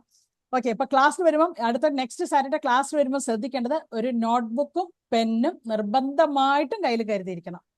ഓക്കെ, നമ്മൾ കോഴ്സിൽ ജോയിൻ ചെയ്ത് പഠിക്കാൻ വേണ്ടിയിട്ടാണ് അല്ലേ. ഓക്കെ, അപ്പൊ എല്ലാവരെയും നെക്സ്റ്റ് സാറ്റർഡേ കാണാമെന്നുള്ള all the best. Okay, thank you. Thank you, ma'am. Thank you so much for such a comprehensive and welcoming orientation. And now, behind every successful batch is the continuous guidance of a seasoned academician. To offer the words of encouragement and felicitation to our new batch, I now invite our senior faculty member, Dr. Thomas Joseph Tumkuri, former associate professor at GIFT. Sir. Thank you. Good morning. ഇവിടെ ഈ board റൂമിൽ കുറേ students ഇരിപ്പുണ്ട്. വേദിയിൽ എത്ര പേരായി online? I think more than 100 students. 198. Oh, wonderful. So രാവിലെ ഞായറാഴ്ച ദിവസം ഇങ്ങനെ വളരെ ആകാംക്ഷയോടുകൂടി ഈ കോഴ്സിൻ്റെ ഇനോഗ്രൽ ഫംഗ്ഷന് എത്തിയ എല്ലാവർക്കും എൻ്റെ ഹാർദവമായ സ്വാഗതം. ഇവിടെ എനിക്ക് മുമ്പ് സംസാരിച്ചവരെല്ലാം ഈ കോഴ്സിൻ്റെ പൊട്ടൻഷ്യൽ സംസാരിക്കുകയുണ്ടായി. എന്നെ കേൾക്കുന്ന നിങ്ങൾ തന്നെ ജെന്നിമാഡം പറഞ്ഞ പോലെ ഡിഫറെൻറ്റ് ഏജ് ഗ്രൂപ്പിൽപ്പെട്ടവരാണ്. നിങ്ങൾ ഈ കോഴ്സ് ചേരാൻ വന്നതിൻ്റെ ഉദ്ദേശം എന്ന് വെച്ചാൽ വെറുതെ ഒരു സ്റ്റുഡൻറ്റ് പഠിക്കാൻ വന്നതല്ല, എന്തെങ്കിലും ഒരു പർപ്പസ് ഉണ്ടായിരിക്കണം. ഒന്നെങ്കിൽ സ്വന്തമായിട്ട് GST മനസ്സിലാക്കാൻ വന്നവരായിരിക്കാം, അല്ലെങ്കിൽ ആഫ്റ്റർ റിട്ടയർമെൻറ്റിന് ശേഷം എന്തെങ്കിലും ഒരു ജോബ് ഓറിയൻറ്റേഷന് വേണ്ടിയായിരിക്കാം. മറ്റ് അയർലൻഡിൽ നിന്ന് വരെ ആൾക്കാർ വന്നിരിക്കുകയാണ്. അപ്പോൾ എന്തൊക്കെ ഒരു ഉദ്ദേശമുണ്ട്, ദുരുദ്ദേശം അല്ല എന്നുള്ളത് അറിയാം. ഈ ഉദ്ദേശം എന്ന് പറയുന്നത് ഈ കോഴ്സ് കാര്യം 5 പേപ്പർ ഉണ്ടെങ്കിലും ഇത് പഠിച്ചുകൊണ്ടിരിക്കുന്ന സമയത്ത് ഒരു ടഫ്നെസ് ഫീൽ ചെയ്യും. കാരണം ഇത് എങ്ങനെ പാസ്സാവും, പ്രയാസം. പക്ഷേ ഇതിൻ്റെ അങ്ങ് എൻഡിലേക്ക് വരുമ്പം എക്സാം കഴിഞ്ഞ് വരുന്ന ഫീൽഡിൽ വരുമ്പോഴാണ് ഇതിൻ്റെ ഒരു കുഷൻ. അതായത് ഞങ്ങളുടെ ഈ കോഴ്സിൽ ധാരാളം ഡിപ്പാർട്ട്മെൻറ്റ് ഓഫീസർമാരും ജോയിൻ ചെയ്യാറുണ്ട്. ഈ വർഷം എനിക്ക് തോന്നുന്നു കുടുംബശ്രീയിൽ നിന്ന് തന്നെ 10-70 പേര് ജോയിൻ ചെയ്തിട്ടുണ്ട്. ഡിപ്പാർട്ട്മെൻറ്റിലെ ഓരോരുത്തരുടെ അവരുടെ ആവശ്യങ്ങൾക്ക് വേണ്ടി ചേരുന്നതാണ്. ഞാൻ വളരെ ബ്രീഫായിട്ട് പറയാം. ഈ ടാക്സ് പ്രാക്ടീസ് എന്ന് പറഞ്ഞാൽ എന്താണ് ഉദ്ദേശിക്കുന്നത്? What is tax practice? 3 ഫംഗ്ഷനാണ് ഇതിൻ്റെ അത് ബേസിക്കലി ഉള്ളത്. ഒന്ന്, രജിസ്ട്രേഷൻ. നിങ്ങളെ സമീപിക്കുന്നവർക്ക് രജിസ്ട്രേഷൻ എടുത്തു കൊടുക്കാൻ നിങ്ങൾക്ക് കേപ്പബിലിറ്റി ഉണ്ടാവണം. 2, രജിസ്റ്റേർഡ് ഡീലേഴ്സിന് സർക്കാരുമായി സമ്പാദിക്കുന്ന റിട്ടേണിലൂടെയാണ്. കാരണം ഈ ഡീലർമാരാണ് നികുതി പിരിക്കുന്ന ആൾക്കാർ. നമ്മൾ ഡയറക്റ്റ് ടാക്സും ഇൻഡയറക്റ്റ് ടാക്സും വ്യത്യാസമുണ്ട്. ഇപ്പം നമ്മളൊരു കടയിൽ പോയി സാധനം വാങ്ങിക്കുന്നു, അതിൻ്റെ ടാക്സ് ആരെ കൊടുക്കുന്നത്? സർക്കാരിൻ്റെ അല്ല. ആ കടയിലിരിക്കുന്ന ഡീലിൻ്റെ കൊടുത്ത് വിശ്വസിച്ച് പോരുകയാണ്. അയാൾ സർക്കാരിലേക്ക് അടയ്ക്കും, അടയ്ക്കാതിരിക്കാം. അപ്പോൾ ഈ കൺസ്യൂമേഴ്സ് അടയ്ക്കുന്ന ഈ ടാക്സ് സ്റ്റേറ്റിൻ്റെ എക്സ്ചക്കറിൽ വരുന്നുണ്ടോ എന്ന് അറിയണമെങ്കിൽ അതിന് റിട്ടേൺ ഫയൽ എന്ന് പറയുന്ന അതിലൂടെ അത് വരുള്ളൂ. ഡീലർ റിട്ടേൺ ഫയൽ ചെയ്താൽ മാത്രമേ വരുള്ളൂ. അപ്പം നിങ്ങളൊരു പ്രാക്ടീഷ്യൻ എന്ന നിലയിൽ നിങ്ങളെ സമീപിക്കുന്നത് വ്യാപാരികൾ റിട്ടേൺ ഫയലിങ്ങിന് വേണ്ടിയായിരിക്കും. അപ്പോൾ രജിസ്ട്രേഷൻ എടുത്ത് കൊടുക്കുക. രജിസ്ട്രേഷൻ എടുത്ത് കൊടുത്തു കഴിഞ്ഞാൽ ഉടൻ തന്നെ നിങ്ങൾക്ക് റിട്ടേൺ ഫയൽ ചെയ്യാനായിട്ട് നിങ്ങളെ സമീപിക്കും. അപ്പോൾ റിട്ടേൺ ഫയൽ ചെയ്യാൻ പഠിക്കുക. പിന്നെ പേയ്മെൻറ്റ് ഓഫ് ടാക്സ്, ഇപ്പോൾ ഇത് ഈ ഗവർണർ സിസ്റ്റത്തിലൂടെ ടാക്സ് പഴയ പോലെ ചെല്ലാനൊന്നും ഫില്ല് ചെയ്യുന്നു വേണ്ട. ചെല്ലാൻ ജനറേറ്റ് ചെയ്ത് വരും. ഇൻപുട്ട് ടാക്സ്, ഔട്ട്പുട്ട് ടാക്സ് എല്ലാം വർക്കൗട്ട് ചെയ്ത് അത് സിസ്റ്റം തന്നെ ജനറേറ്റ് ചെയ്യും. അപ്പം പേയ്മെൻറ്റ് ഓഫ് ടാക്സ് 3 ഫംഗ്ഷനാണ് core function: registration, return and payment of tax. ഈ 3 ഫംഗ്ഷനിൽ ഏറ്റവും ആദ്യത്തെ ഫംഗ്ഷൻ രജിസ്ട്രേഷനാണ്. എനിക്ക് തോന്നുന്ന ഈ ഒരു മണിക്കൂർ ക്ലാസ് കൊണ്ട് നിങ്ങൾക്ക് ഒരു വ്യാപാരിയുടെ രജിസ്ട്രേഷൻ എടുത്ത് കൊടുക്കാൻ സാധിക്കും. ഒന്നുമില്ല, ഒരു രജിസ്ട്രേഷൻ എടുക്കാൻ നിങ്ങളുടെ മുമ്പിൽ ഒരാൾ വരുമ്പോൾ ആദ്യമേ അവരുടെ ഒരു പ്രൊഫൈൽ നിങ്ങൾ കളക്ട് ചെയ്യണം. നിങ്ങളുടെ മുമ്പിൽ വരുന്ന ആൾക്കാർക്ക് ഈ രജിസ്ട്രേഷൻ എടുക്കണമെന്ന് മാത്രമേ അറിയത്തുള്ളൂ. ഏത് തരം രജിസ്ട്രേഷൻ എടുക്കണമെന്നുള്ള അറിയത്തില്ല. മേ ബി നിങ്ങളെടുത്തോട്ട് വരുന്ന ആൾക്കാർ വലിയ കോടിക്കണക്കിന് മൾട്ടി മില്യണർ ഒന്നും ആയിരിക്കില്ല. ചെറുകിട സ്റ്റാർട്ടപ്പ് ബിസിനസ്സിലുള്ളവർ, ചെറിയ വ്യാപാരികൾ, ബിസിനസ് തുടങ്ങാൻ ആഗ്രഹിക്കുന്നവരായിരിക്കും വരുന്നത്. അപ്പോൾ അവരോട് നിങ്ങൾ ഒരു ബ്രീഫിംഗ് ആവശ്യമുണ്ട്. നിങ്ങൾ എന്താണ് ചെയ്യാൻ ഉദ്ദേശിക്കുന്നത് ആദ്യം ചോദിക്കുക. നിങ്ങളുടെ ഒരു വർഷത്തെ ടേൺ ഓവർ, അല്ലെങ്കിൽ നിങ്ങൾക്ക് ഒരു 5 വർഷം കൊണ്ട് എത്ര ടേൺ ഓവർ നിങ്ങൾ മനസ്സിൽ കാണുന്നു. അതിൽ പറയുകയാണെങ്കിൽ എനിക്കൊരു 1 കോടി വരെ ഉള്ളൂ ടേൺ ഓവർ എന്ന് പറഞ്ഞാൽ പിന്നെ അയക്ക് അത്തരം ഡീലേഴ്സിന് ഒരു പ്രത്യേക രജിസ്ട്രേഷൻ ആപ്ലിക്കബിൾ ഉണ്ട്. ഇവിടെ കോമ്പോസിഷൻ സ്കീം എന്ന് പറയും. 1.5 കോടി വരെ ടേൺ ഓവർ വരുന്ന ആൾക്കാർക്ക് വളരെ ലളിതമായ രജിസ്ട്രേഷൻ ഉണ്ട്. അവർക്ക് 3 മാസത്തിൽ ഒരിക്കൽ റിട്ടേൺ ഫയൽ ചെയ്താൽ മതി. അവരുടെ ടാക്സ് എന്ന് പറയുന്നത് 1.5 + 1% നമുക്കറിയാം 28% വരെ GST ടാക്സ് ഉണ്ട്. 28% ടാക്സ് റേറ്റ് ഉള്ള ഒരു സാധനം ഈ ചെറുകിട വ്യാപാരിക്ക് 1% കൈകാര്യം ചെയ്യാം. അപ്പം അവർക്കത് വളരെ കംഫർട്ടബിൾ ആണ്. അവർ കംഫർട്ടബിൾ എന്ന് വെച്ച് കഴിഞ്ഞാൽ ഈ ചെറിയ ഒരു ഗ്രൂപ്പ് ഓഫ് ചെറുകിട വ്യാപാരിക്ക് വരുന്ന കസ്റ്റമേഴ്സ് ഒന്നും ടാക്സ് കൊടുക്കാൻ തയ്യാറാവില്ല. ഇപ്പോൾ അവനൊരു സിമെന്റ് വ്യാപാരിയാണെന്ന് വിചാരിക്കുക. ഒരു ചെറിയ ബങ്കൊക്കെ ഇട്ട് പല കമ്പനിയുടെ സിമെന്റ് ഡീൽ ചെയ്യുകയാണ്. ടാക്സ് റേറ്റ് ഈസ് 28% ആണ്. ഇപ്പം 18 തോന്നല്ലേ സിമെന്റ് ഈസ് റെഡ്യൂസ്. അപ്പോൾ 18 ആണെങ്കിൽ പോലും അത്രയും ടാക്സ് ആ ചെറുകിട വ്യാപാരി കൊടുക്കാൻ ആരും തയ്യാറാവില്ല. സിമെന്റ് വാങ്ങിച്ചോണ്ട് പോകും. അവന് 18% ടാക്സ് എടുക്കാൻ പറഞ്ഞാൽ അടയ്ക്കില്ല. കാരണം ആ ചെറുകിട വ്യാപാരിക്ക് നികുതി കൊടുക്കാനായിട്ട് തയ്യാറായി വരുന്നവരല്ല കൺസ്യൂമർ. അവന് സിമെന്റ് വേണം. അപ്പോൾ അവൻ ഒരിക്കലും ടാക്സ് കളക്ട് ചെയ്യാൻ പറ്റില്ല. അപ്പം GST നോർമൽ രജിസ്ട്രേഷൻ എടുത്താൽ അവൻ പെട്ടുപോകും. നോർമൽ രജിസ്ട്രേഷൻ എടുത്താൽ ടാക്സ് കളക്ട് ചെയ്തേ പറ്റൂ. 18 ആണെങ്കിൽ 18 കളക്ട് ചെയ്യണം, 28 ആണെങ്കിൽ 28 കളക്ട് ചെയ്യണം, 5 ആണെങ്കിൽ 5 കളക്ട് ചെയ്യണം. അപ്പോൾ ചെറുകിട വ്യാപാരിക്ക് ഏറ്റവും സുതാര്യമായ രജിസ്ട്രേഷൻ എന്താണ്? കോമ്പോസിഷൻ സ്കീമാണ്. അത് ടാക്സ് കളക്ട് ചെയ്യണ്ട. പകരം അയാളുടെ കയ്യിൽ നിന്ന്, അയാളുടെ ലാഭത്തിൽ നിന്ന് എടുത്ത് 1.5 + 1% സർക്കാരിലേക്ക് അടച്ചാൽ മതി. അപ്പോൾ രജിസ്ട്രേഷൻ എടുക്കാൻ വേണ്ടി വരുന്നവർക്ക് രജിസ്ട്രേഷൻ എടുത്തു കൊടുക്കാൻ വേണ്ടി പ്രാപ്തരാക്കുന്ന ഒരു കോഴ്സാണ് ഈ കോഴ്സ്.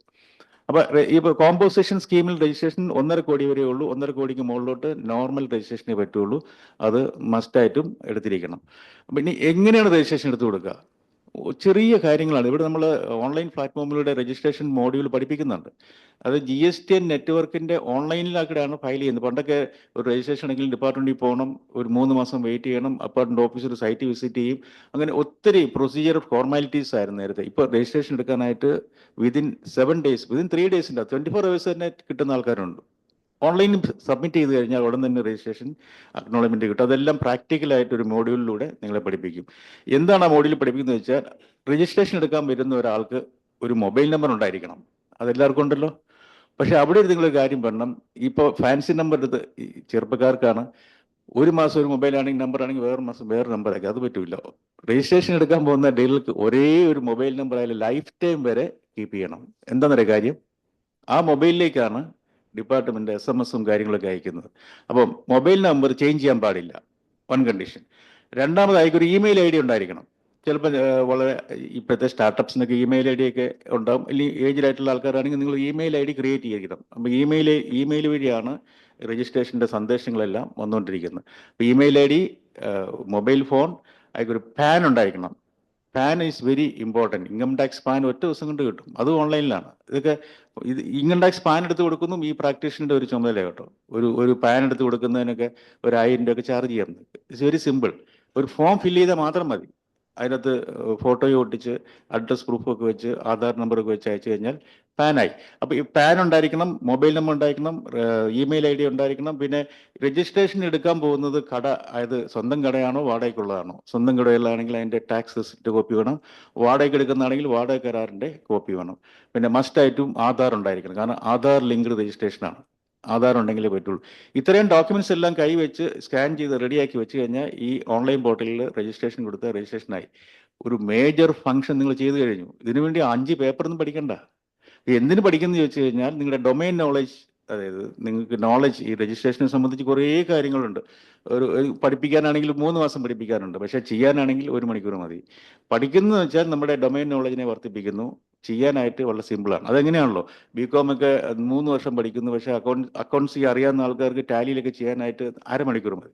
ഡൊമൈൻ നോളജ് ഉണ്ടായിരിക്കണം. അതിനുവേണ്ടിയാണ് നമ്മൾ ഈ 5 പേപ്പർ പഠിപ്പിക്കുന്നത്. അപ്പോൾ രജിസ്ട്രേഷൻ എടുത്തു. പിന്നെ റിട്ടേൺ ഫയലിംഗ് ആണ്. റിട്ടേൺ ഫയലിംഗ് ഇപ്പം എൻ്റെ ജ്യോതിലാൽ സാർ തന്നെ പറഞ്ഞു, ഈ ഇന്ത്യ മഹാരാജ്യത്തുള്ള എല്ലാ ആൾക്കാരെയും ഒറ്റ സെർവറിലാണ് GST കാണുന്നത്. GSTയുടെ ഏറ്റവും വലിയ സമൂലമായ ഒരു മാറ്റമാണത്. എവിടെ നിന്ന് റിട്ടേൺ ഫയൽ ചെയ്താലും അത് ഒറ്റ കമ്പ്യൂട്ടറിൽ പോയി കിടക്കും, ഒരു സിംഗിൾ സെർവറാണ്. അപ്പോൾ ആ സിംഗിൾ സെർവറിൽ GSTR1, അതായത് GST ആണെങ്കിലും നമ്മളിപ്പോൾ 3 ടാക്സിനെ കുറിച്ച് പറഞ്ഞു, sale tax, value added tax, GST. ഈ 3 ടാക്സും ബേസ് ചെയ്തേക്കുന്നതെന്ന് വെച്ചാൽ സെയിൽ നടക്കുമ്പോൾ ടാക്സ് സർക്കാരിന് കൊടുക്കണം. അപ്പോൾ വാങ്ങും വേണ്ടേ? നമ്മൾ സെയിൽ എന്ന് പറയുന്ന ഒരു ആംഗിളല്ലേ ഉള്ളൂ, നമ്മൾ സാധനം വാങ്ങിക്കുമല്ലോ, അപ്പോൾ ടാക്സ് കൊടുക്കണ്ടേ? അതിൻ്റെ വ്യത്യാസം നിങ്ങൾക്ക് മനസ്സിലാകുമോ? സെയിൽസിൽ നടക്കുന്ന ടാക്സ് മാത്രം സർക്കാരിന് മതി, പർച്ചേസിൽ നടക്കുന്ന ടാക്സ് വേണ്ട. കാരണം എന്താണ്? ഡീലർമാരാണ് കൺസ്യൂമറിലേക്ക് സാധനം എത്തിക്കുന്നത്. ഡീലർമാർ സാധനം വാങ്ങിക്കുമ്പോൾ ടാക്സ് കൊടുക്കുന്നുണ്ട്. ആ ടാക്സ് അവർ അവിടെ കീപ്പ് ചെയ്ത് വെക്കും. എന്നിട്ട് അവർ വിൽക്കുമ്പം നിങ്ങളുടെ കൺസ്യൂമറുടെ നിന്ന് കളക്ട് ചെയ്യും. ഈ കളക്ട് ചെയ്ത ടാക്സിൽ നിന്നും ഈ വാങ്ങിച്ച ടാക്സിനെ കിഴിച്ചിട്ട് ബാക്കി അടയ്ക്കുള്ളൂ. കാരണം ഡീലറുടെ ചുമതലയല്ല ടാക്സ് സർക്കാരിലേക്ക് അടയ്ക്കുക, കൺസ്യൂമറാണ് ടാക്സ് കൊടുക്കേണ്ടത്. ആ ഒരു മെക്കാനിസത്തിനെയാണ് ഇൻപുട്ട് ടാക്സ് എന്ന് പറയുന്നത്. വാങ്ങിക്കുമ്പോൾ ടാക്സ് ഉണ്ട്, പക്ഷെ ആ ടാക്സിനെ സെറ്റ് ഓഫ് ചെയ്യാം. വാങ്ങിക്കുമ്പോൾ വാങ്ങൽ ഘട്ടത്തിലുള്ള എല്ലാ ടാക്സിനെയും ഡീലർമാർക്ക് സെറ്റ് ഓഫ് ചെയ്യാം. കൺസ്യൂമർക്ക് സെറ്റ് ഓഫ് ചെയ്യാൻ പറ്റില്ല. കൺസ്യൂമർ അൾട്ടിമേറ്റ് പോയിന്റിൽ വാങ്ങിക്കുന്ന ആളാണ്, അവിടെ സെറ്റ് ഓഫ് ഒന്നുമില്ല. ഇത് ചെയിൻ ശൃംഖലയിലൂടെ കരഞ്ഞു വരുന്നു. Factory to wholesaler, wholesale to retailer, retail to consumer. ആ ശൃംഖലയിലൂടെ കടന്നു വരുമ്പോൾ അതിന് മുമ്പ് നടന്ന എല്ലാ ടാക്സിനെയും തിരിച്ചു കിട്ടും. ആ തിരിച്ചു കിട്ടുന്ന മെക്കാനിസത്തെയാണ് ഇൻപുട്ട് ടാക്സ് എന്ന് പറയുക. അപ്പോൾ എപ്പോഴും നമ്മൾ ടാക്സ് സർക്കാരിന് വേണ്ടത് സെയിൽ പോയിന്റിലുള്ള ടാക്സ് ആണ്. ഓരോ വ്യാപാരിയും സെയിലിൽ കൊടുക്കുന്ന ടാക്സ്, ഹോൾസെയിലിൽ സെയിൽ പോയിന്റിലുള്ള ടാക്സ് സർക്കാരിലേക്ക് അടയ്ക്കണം, റീറ്റെയിലിൽ സെയിൽ പോയിന്റ് കൊടുക്കുന്ന ടാക്സ് സർക്കാരിലേക്ക് അടയ്ക്കണം. കൺസ്യൂമർ സെയിൽ പോയിന്റിൽ വാങ്ങിക്കുന്ന ടാക്സ് അടയ്ക്കേണ്ട, കാരണം അത് ഡീലിലേക്ക് കൊടുത്തു കഴിഞ്ഞു. ആക്ച്വലി നമ്മളാണ് ടാക്സ് കൊടുക്കുന്നതെങ്കിലും നമ്മൾ സർക്കാരിലേക്ക് ടാക്സ് അടയ്ക്കുന്നില്ല, ഡീലറുടെ കയ്യിൽ ഏൽപ്പിച്ചിരിക്കുകയാണ്. അപ്പോൾ ടാക്സ് എക്സ്ചക്കറിൽ എത്തുന്ന ആര് വഴിയാണ്? നമ്മൾ വഴിയല്ല, ഡീലർ മെക്കാനിസത്തിലൂടെയാണ്. ഫാക്ടറി, ഹോൾസെയിലർ, ഡിസ്ട്രിബ്യൂട്ടർ, റീറ്റെയിലർ, അവരാണ് സർക്കാരിലേക്ക് നികുതി അടയ്ക്കുന്നത്. അപ്പോൾ MRP എന്ന് പറയുന്ന ഒരു സാധനത്തിന്റെ പുറത്തുണ്ടെങ്കിലും നികുതി അടയ്ക്കുന്ന ഒരു 100 രൂപ വിലയുള്ള ഒരു സാധനമാണെങ്കിൽ അതിൻ്റെ ആദ്യത്തെ പോയിന്റ് 50 രൂപയ്ക്കായിരിക്കും സർക്കാരിൽ ടാക്സ് വീഴുക. ഫാക്ടറിയിൽ നിന്ന് അത് ഹോൾസെയിലിൽ കൊടുക്കുന്ന 50 രൂപയ്ക്കാണ്. 50 രൂപ ടാക്സ് ഫാക്ടറിക്കാരന് അടയ്ക്കും. ഹോൾസെയിലിൽ അത് 50 രൂപയ്ക്ക് വാങ്ങിച്ചിട്ട് 60 രൂപയ്ക്ക് വിൽക്കും റീറ്റെയിലർക്ക്. അപ്പോൾ ഒരു 10 രൂപ വാല്യൂ അഡീഷൻ ഉണ്ട്. ആ 10 രൂപയുടെ ടാക്സ് അതിൽ കൊടുക്കും.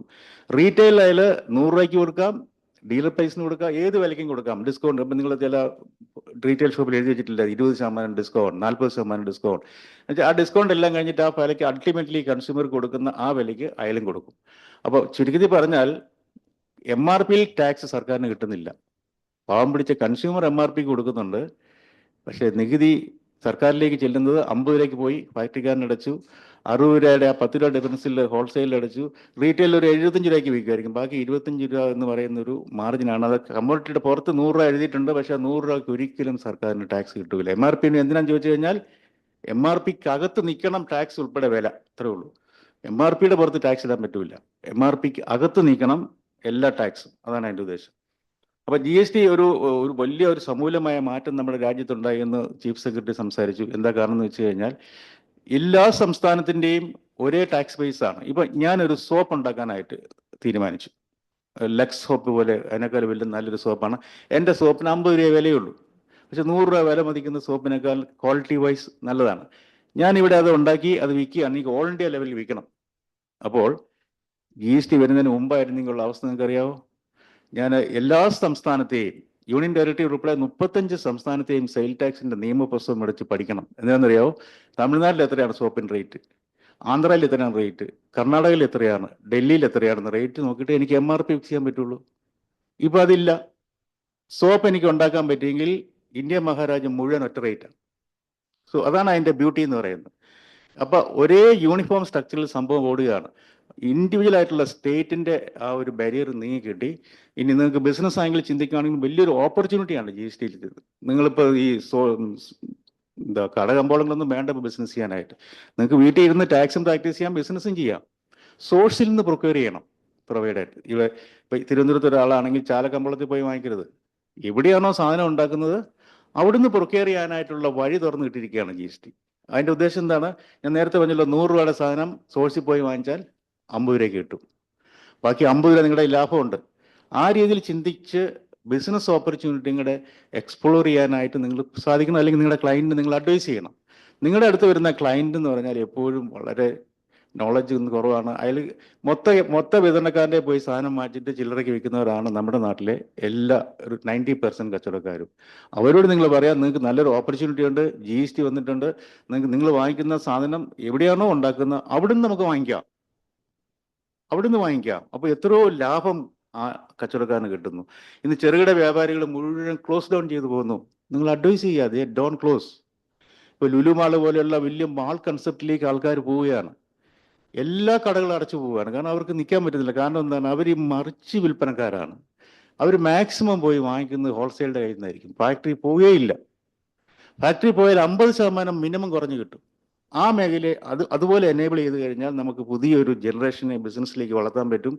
ചെറുകിട വ്യാപാരം എന്ന് പറയുന്നൊരു വ്യാപാരമില്ല. വ്യാപാരത്തിന് എല്ലാവർക്കും ഈക്വൽ റൈറ്റ് ആണ്. ഫണ്ടമെന്റൽ കോൺസ്റ്റിറ്റ്യൂഷൻ വിഭാവനം ചെയ്യുന്നു. നിങ്ങൾക്കും വ്യാപാരം ചെയ്യാം. എവിടെ പ്രൊക്യൂർമെന്റ് നടക്കുന്നോ അവിടുന്ന് വാങ്ങിച്ച് വിൽക്കാനായിട്ടുള്ള ഒരു അഡ്വൈസ് നിങ്ങൾ കൊടുക്കുമ്പോൾ നിങ്ങളുടെ ഡീലർമാർ ഹാപ്പി ആയിരിക്കും. അവർക്ക് ലാഭം കൂടുതൽ കിട്ടും. നിങ്ങൾക്ക് ഫീസും ചാർജ് ചെയ്യാം. ഇല്ലെങ്കിൽ ഫീസ് കിട്ടില്ല. ഇപ്പോൾ ടാക്സ് പ്രാക്ടീഷൻ എന്ന് പറഞ്ഞു കഴിഞ്ഞാൽ നമ്മുടെ ഫീൽഡിൽ നിന്ന് എക്സ്പെർട്ടൈസ് ചെയ്യുന്ന ഈ GST ഒക്കെ പഠിപ്പിക്കുന്നത് ഒരു സൈഡിൽ നടന്നോളും. 5 പേപ്പർക്ക് ഓട്ടോമാറ്റിക്കായിട്ട് പഠിച്ചോളും. പക്ഷേ ഫീൽഡ് എക്സ്പീരിയൻസ്, പ്രാക്ടിക്കൽ എക്സ്പീരിയൻസ് ആണ് ഒരു പ്രാക്ടീഷനിൽ നിന്നും ഒരു വ്യാപാരി ആഗ്രഹിക്കുന്നത്. അത് പറഞ്ഞു കൊടുക്കാനായിട്ട് നമുക്ക് സാധിക്കണം. ഞാനിങ്ങനെ സംസാരിച്ചുകൊണ്ടിരുന്നത് കഴിഞ്ഞാൽ ഓറിയന്റേഷൻ ക്ലാസ് മിസ്സാകും. ഞാൻ ഇനിയും ക്ലാസ്സിലേക്ക് വരും. ഡിഫറെൻറ്റ് ആംഗിളിൽ സംസാരിക്കും. GST പഠിക്കുമ്പോൾ GST മാത്രമായിരിക്കില്ല, ഇൻകം ടാക്സ് കൂടെ പഠിച്ചു പോകണം. ഇത് റിയൽ ടൈമാണ്. അതായത് ഒരു വ്യാപാരി ട്രാൻസാക്ഷൻ നടക്കുന്ന സമയത്ത് തന്നെ എല്ലാ ടാക്സും പ്ലാൻ ചെയ്തോണം. പിന്നെ കണക്കെല്ലാം കഴിഞ്ഞ് 30% ഓഡിറ്റ് എല്ലാം കഴിഞ്ഞ് GST പ്ലാനിങ്ങിന് പോയാൽ നടക്കില്ല. പെനാൽറ്റി അടിച്ച് കിട്ടും. ഇൻകം ടാക്സ് എന്ന് പറഞ്ഞാൽ റിയൽ ടൈമാണ് ഇപ്പോൾ. എന്താണ് കാരണം? 10,000 രൂപയിൽ കൂടുതൽ ഒരു ക്യാഷ് ഒരാൾക്ക് കൊടുത്തു കഴിഞ്ഞാൽ ഇൻകം ടാക്സിൽ ഒരു പെനാൽറ്റി ഉണ്ട്. നിങ്ങൾ ക്യാഷ് എന്ന് പറയുന്ന സാധനം ഇൻകം ടാക്സുകാർക്ക് ഭയങ്കര അലർജിയാണ്. അവർക്ക് ഗൂഗിൾ പേ ഇഷ്ടമാണ്, ചെക്ക് ഇഷ്ടമാണ്, DD ഇഷ്ടമാണ്. കാരണം അത് ട്രാൻസ്പെറൻ്റ് ആണ്. ഇപ്പം ഞാൻ ഒരാൾക്ക് എൻ്റെ സ്റ്റാഫിന് 50,000 രൂപ സാലറി ക്യാഷായിട്ട് കൊടുത്താൽ ഇൻകം ടാക്സ് തന്നെ ഡിസോൾവ് ചെയ്യും. എന്താ കാരണം എന്നറിയാമോ? അത് ഞാൻ അഡ്ജസ്റ്റ്മെൻ്റ് ആണെന്ന്. ഇൻകം ടാക്സും ഭയങ്കര സസ്പീഷ്യസ് ആണ്. ഞാൻ എൻ്റെ സ്റ്റാഫിന് 5,000 കൊടുത്തിട്ട് 50,000 എഴുതി വെച്ചിരിക്കുകയാണ്. ചെക്കാണാൻ പറ്റുമോ? ചെക്കാണെങ്കിൽ അവൻ്റെ അക്കൗണ്ടിലേക്ക് 50,000 പോവില്ലേ? അപ്പോൾ അതുകൊണ്ട് ക്യാഷ് ട്രാൻസാക്ഷൻ കഴിവതും ഡീലർമാർ ചെയ്യാൻ പാടില്ല. ചെയ്താൽ GST മാത്രമല്ലല്ലോ, അതിക്ക് ഇൻകം ടാക്സും കൊടുക്കണ്ടേ. ഇൻകം ടാക്സ് കൊടുക്കുമ്പോൾ അത് ഈക്വൽ എമൗണ്ട് ആഡ് ബാക്ക് ചെയ്യും. ഇതൊന്നും ഒരു വ്യാപാരിക്കും അറിയില്ല.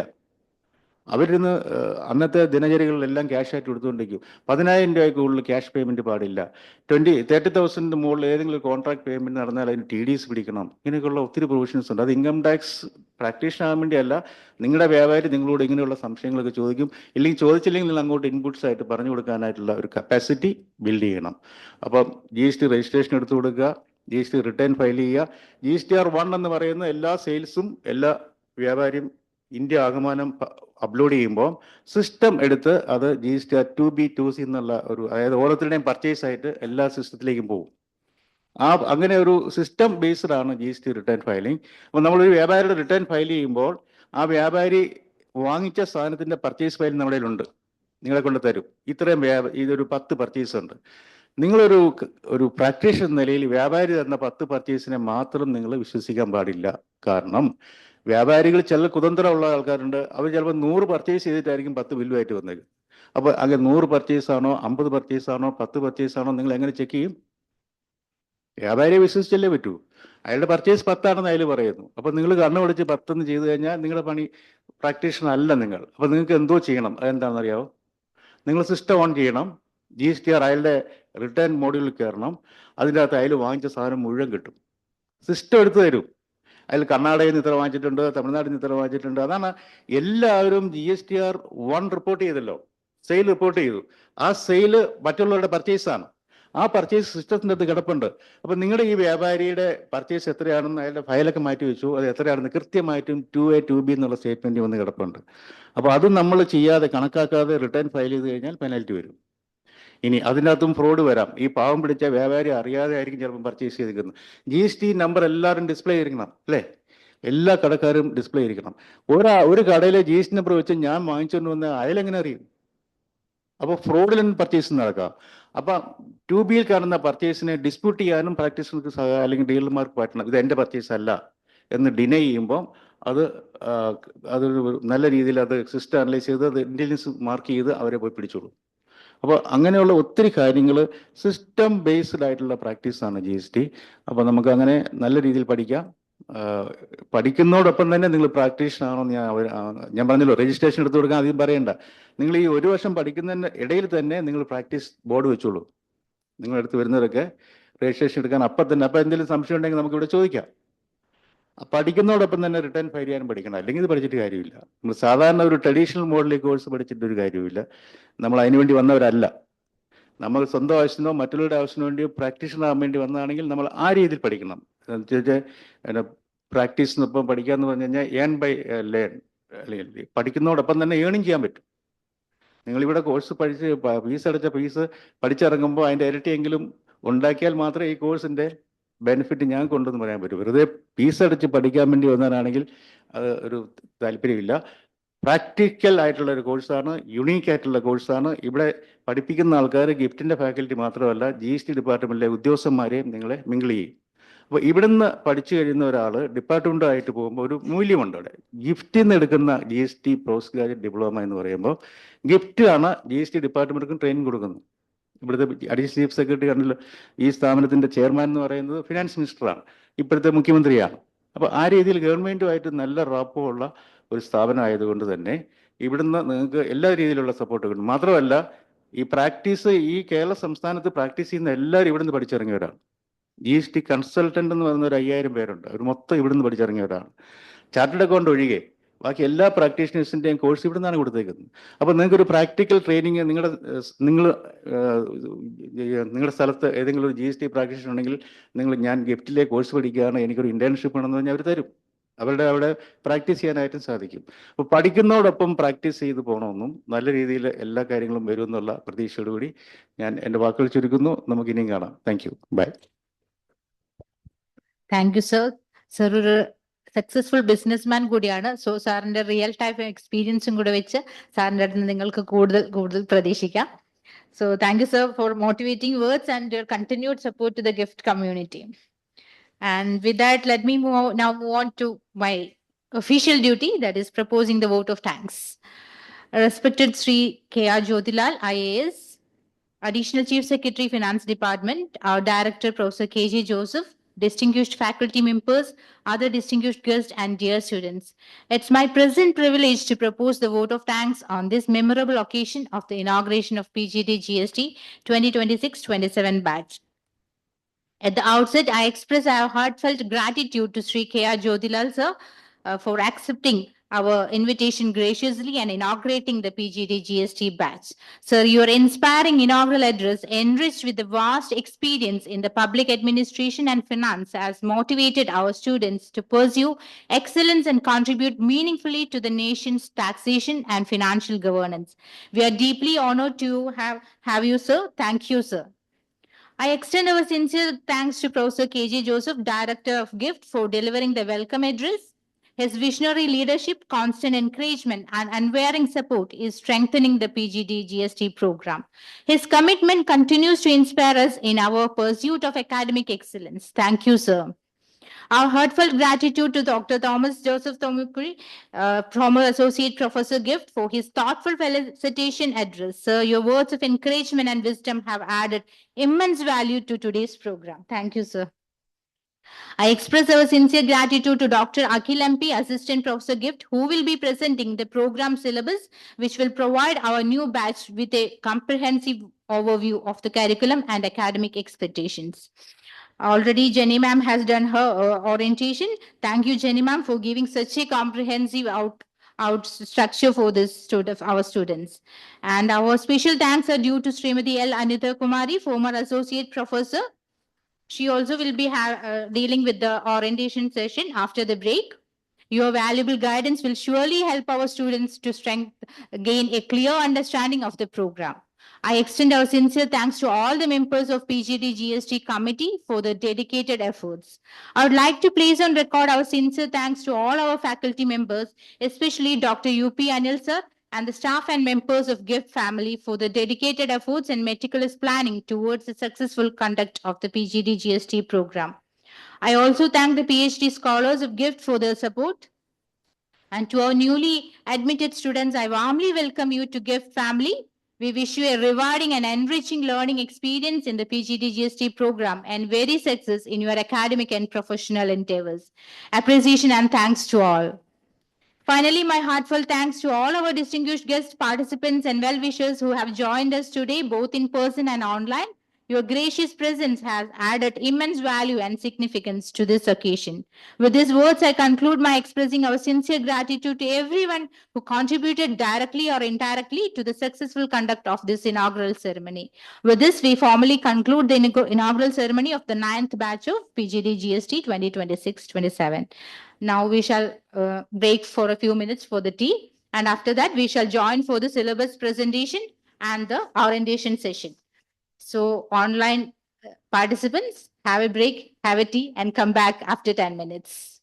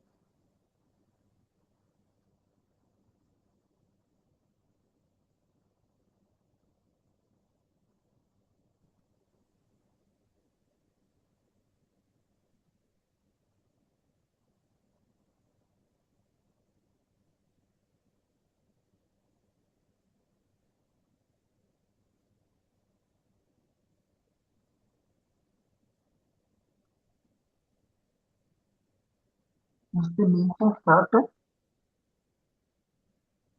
Screen visible ano? Good morning. Yes, yes. Oh, good morning, good morning. Yeah. Am I audible? Yes, yes. Yes. So, good morning, everyone. Welcome to the 9th batch of PGD GST. So, myself, Akhil, I'm a faculty member of Commerce and Management. So, I'll quickly take you through the course outline and structure.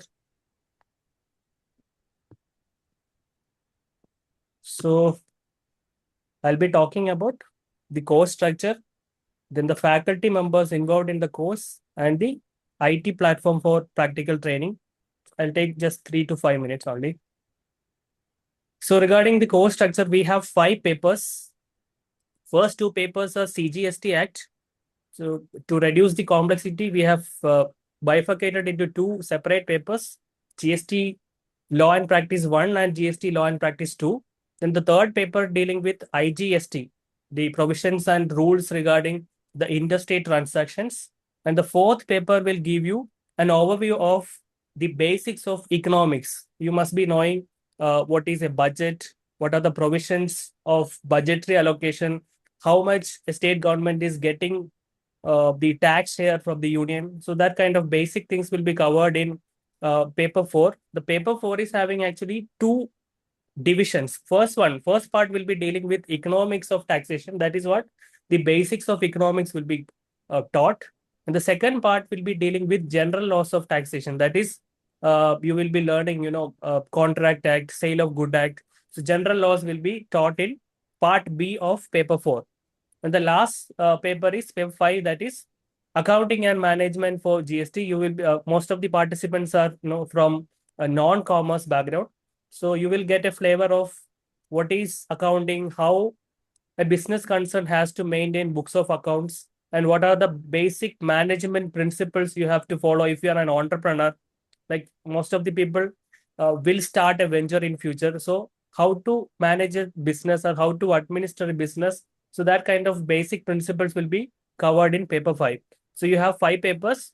So 5 written exam will be there. For examination, you will be having 100 marks for each paper. So total 500 marks. So for each paper, you have to score 40% to pass that paper. Say, for example, if it is paper 1 out of 100, you have to score 40 marks. So like that, 40 marks in every paper. But in overall, let's say for 500, you have to score 50%. So paper cutoff is 40, whereas course pass cutoff is 50%. That means out of 500, you have to score 250 marks. Okay, 50% is the pass mark. Then I will introduce the faculty members. Ma'am already talked. This is Jenny Tekekara. She is an associate professor. She will be handling paper 1, paper 2, and paper 4. It is shared papers. So paper 1, 2, and 4 will be dealing by ma'am. This is Anita ma'am. She was the former associate professor at GIFT, currently serving as visiting faculty. She'll be taking paper 4, part A. So I already mentioned in paper 4, there are 2 parts, economics and general laws. So economic portion will be taken by ma'am. This is Thomas sir. Already he talked. He was also an associate professor of GIFT. He is currently serving as a visiting faculty. He will be taking paper 5, that is accounting and management for GST. This is Dr. Ranjit. He is currently serving as an assistant professor of economics. He'll be handling again, along with Anita ma'am, he'll be handling part A of paper 4, that is economics of taxation. This is Vidya V. Devan. She's also assistant professor in law. So she will be dealing with paper 2 and paper 3, IGST paper and paper 2. She will taught. And this is Dr. Meenu, again, assistant professor from law department. She's also sharing the paper, goods and service tax paper 2 and paper 4 with Jenny ma'am. Myself, I'll be dealing with paper 5, accounting and management. And this is Dr. Geeta. Again, she is also dealing with paper 5, accounting and management. So this is the overview of course and the faculty. Now let me introduce you one of the attracting feature of our course, which we have started 2 years back. So earlier it was a theory course. Now we have introduced practical element also based on the feedback we have received from the previous batch students. So we are introducing a simulated platform for practical training, both on accounting and GST. So this is the simulated platform we are using. If you open the GST website, it will look like this, but this is a simulated website. You will get exactly the same hands-on experience what is there in the GST website. So this is the login. So those who have enrolled in the course will get a unique user ID and password for individual access. So everyone will get separate user ID and password. So you will get an individual access. You can log into your portal and you can do the task and exercise and assignments. So once you complete the assignments, we will give you the deadlines also. So once you complete the assignments on time, you will get a practical training certificate in addition to the PG diploma in GST. So you will get 2 certifications. One is for PG diploma and the other one is for practical training on condition that you should complete the assigned task on time. So in the practical training platform, in simulation platform, we will be dealing with GST registration. We have, filing of return, GSTR 1, 3B, and composition return also we will file. Then e-way bill generation task is also we will do. Then the basics of financial accounting. It is not like Tally. We will do some basic financial accounting exercises with regard to preparation of financial statements through this platform. It is not like Tally. You will get a electronic way of keeping books and how to enter journal entry, how to prepare financial statements through click and apply mode. It is not like Tally. Please remember. So that's all. Once again, I welcome you to Gulati Institute of Finance and Taxation. I wish a joyful and happy learning experience throughout this year. So later, from next month onwards, we will begin our accounting class. So that time, we'll interact more. Thank you. Over to Anida, ma'am.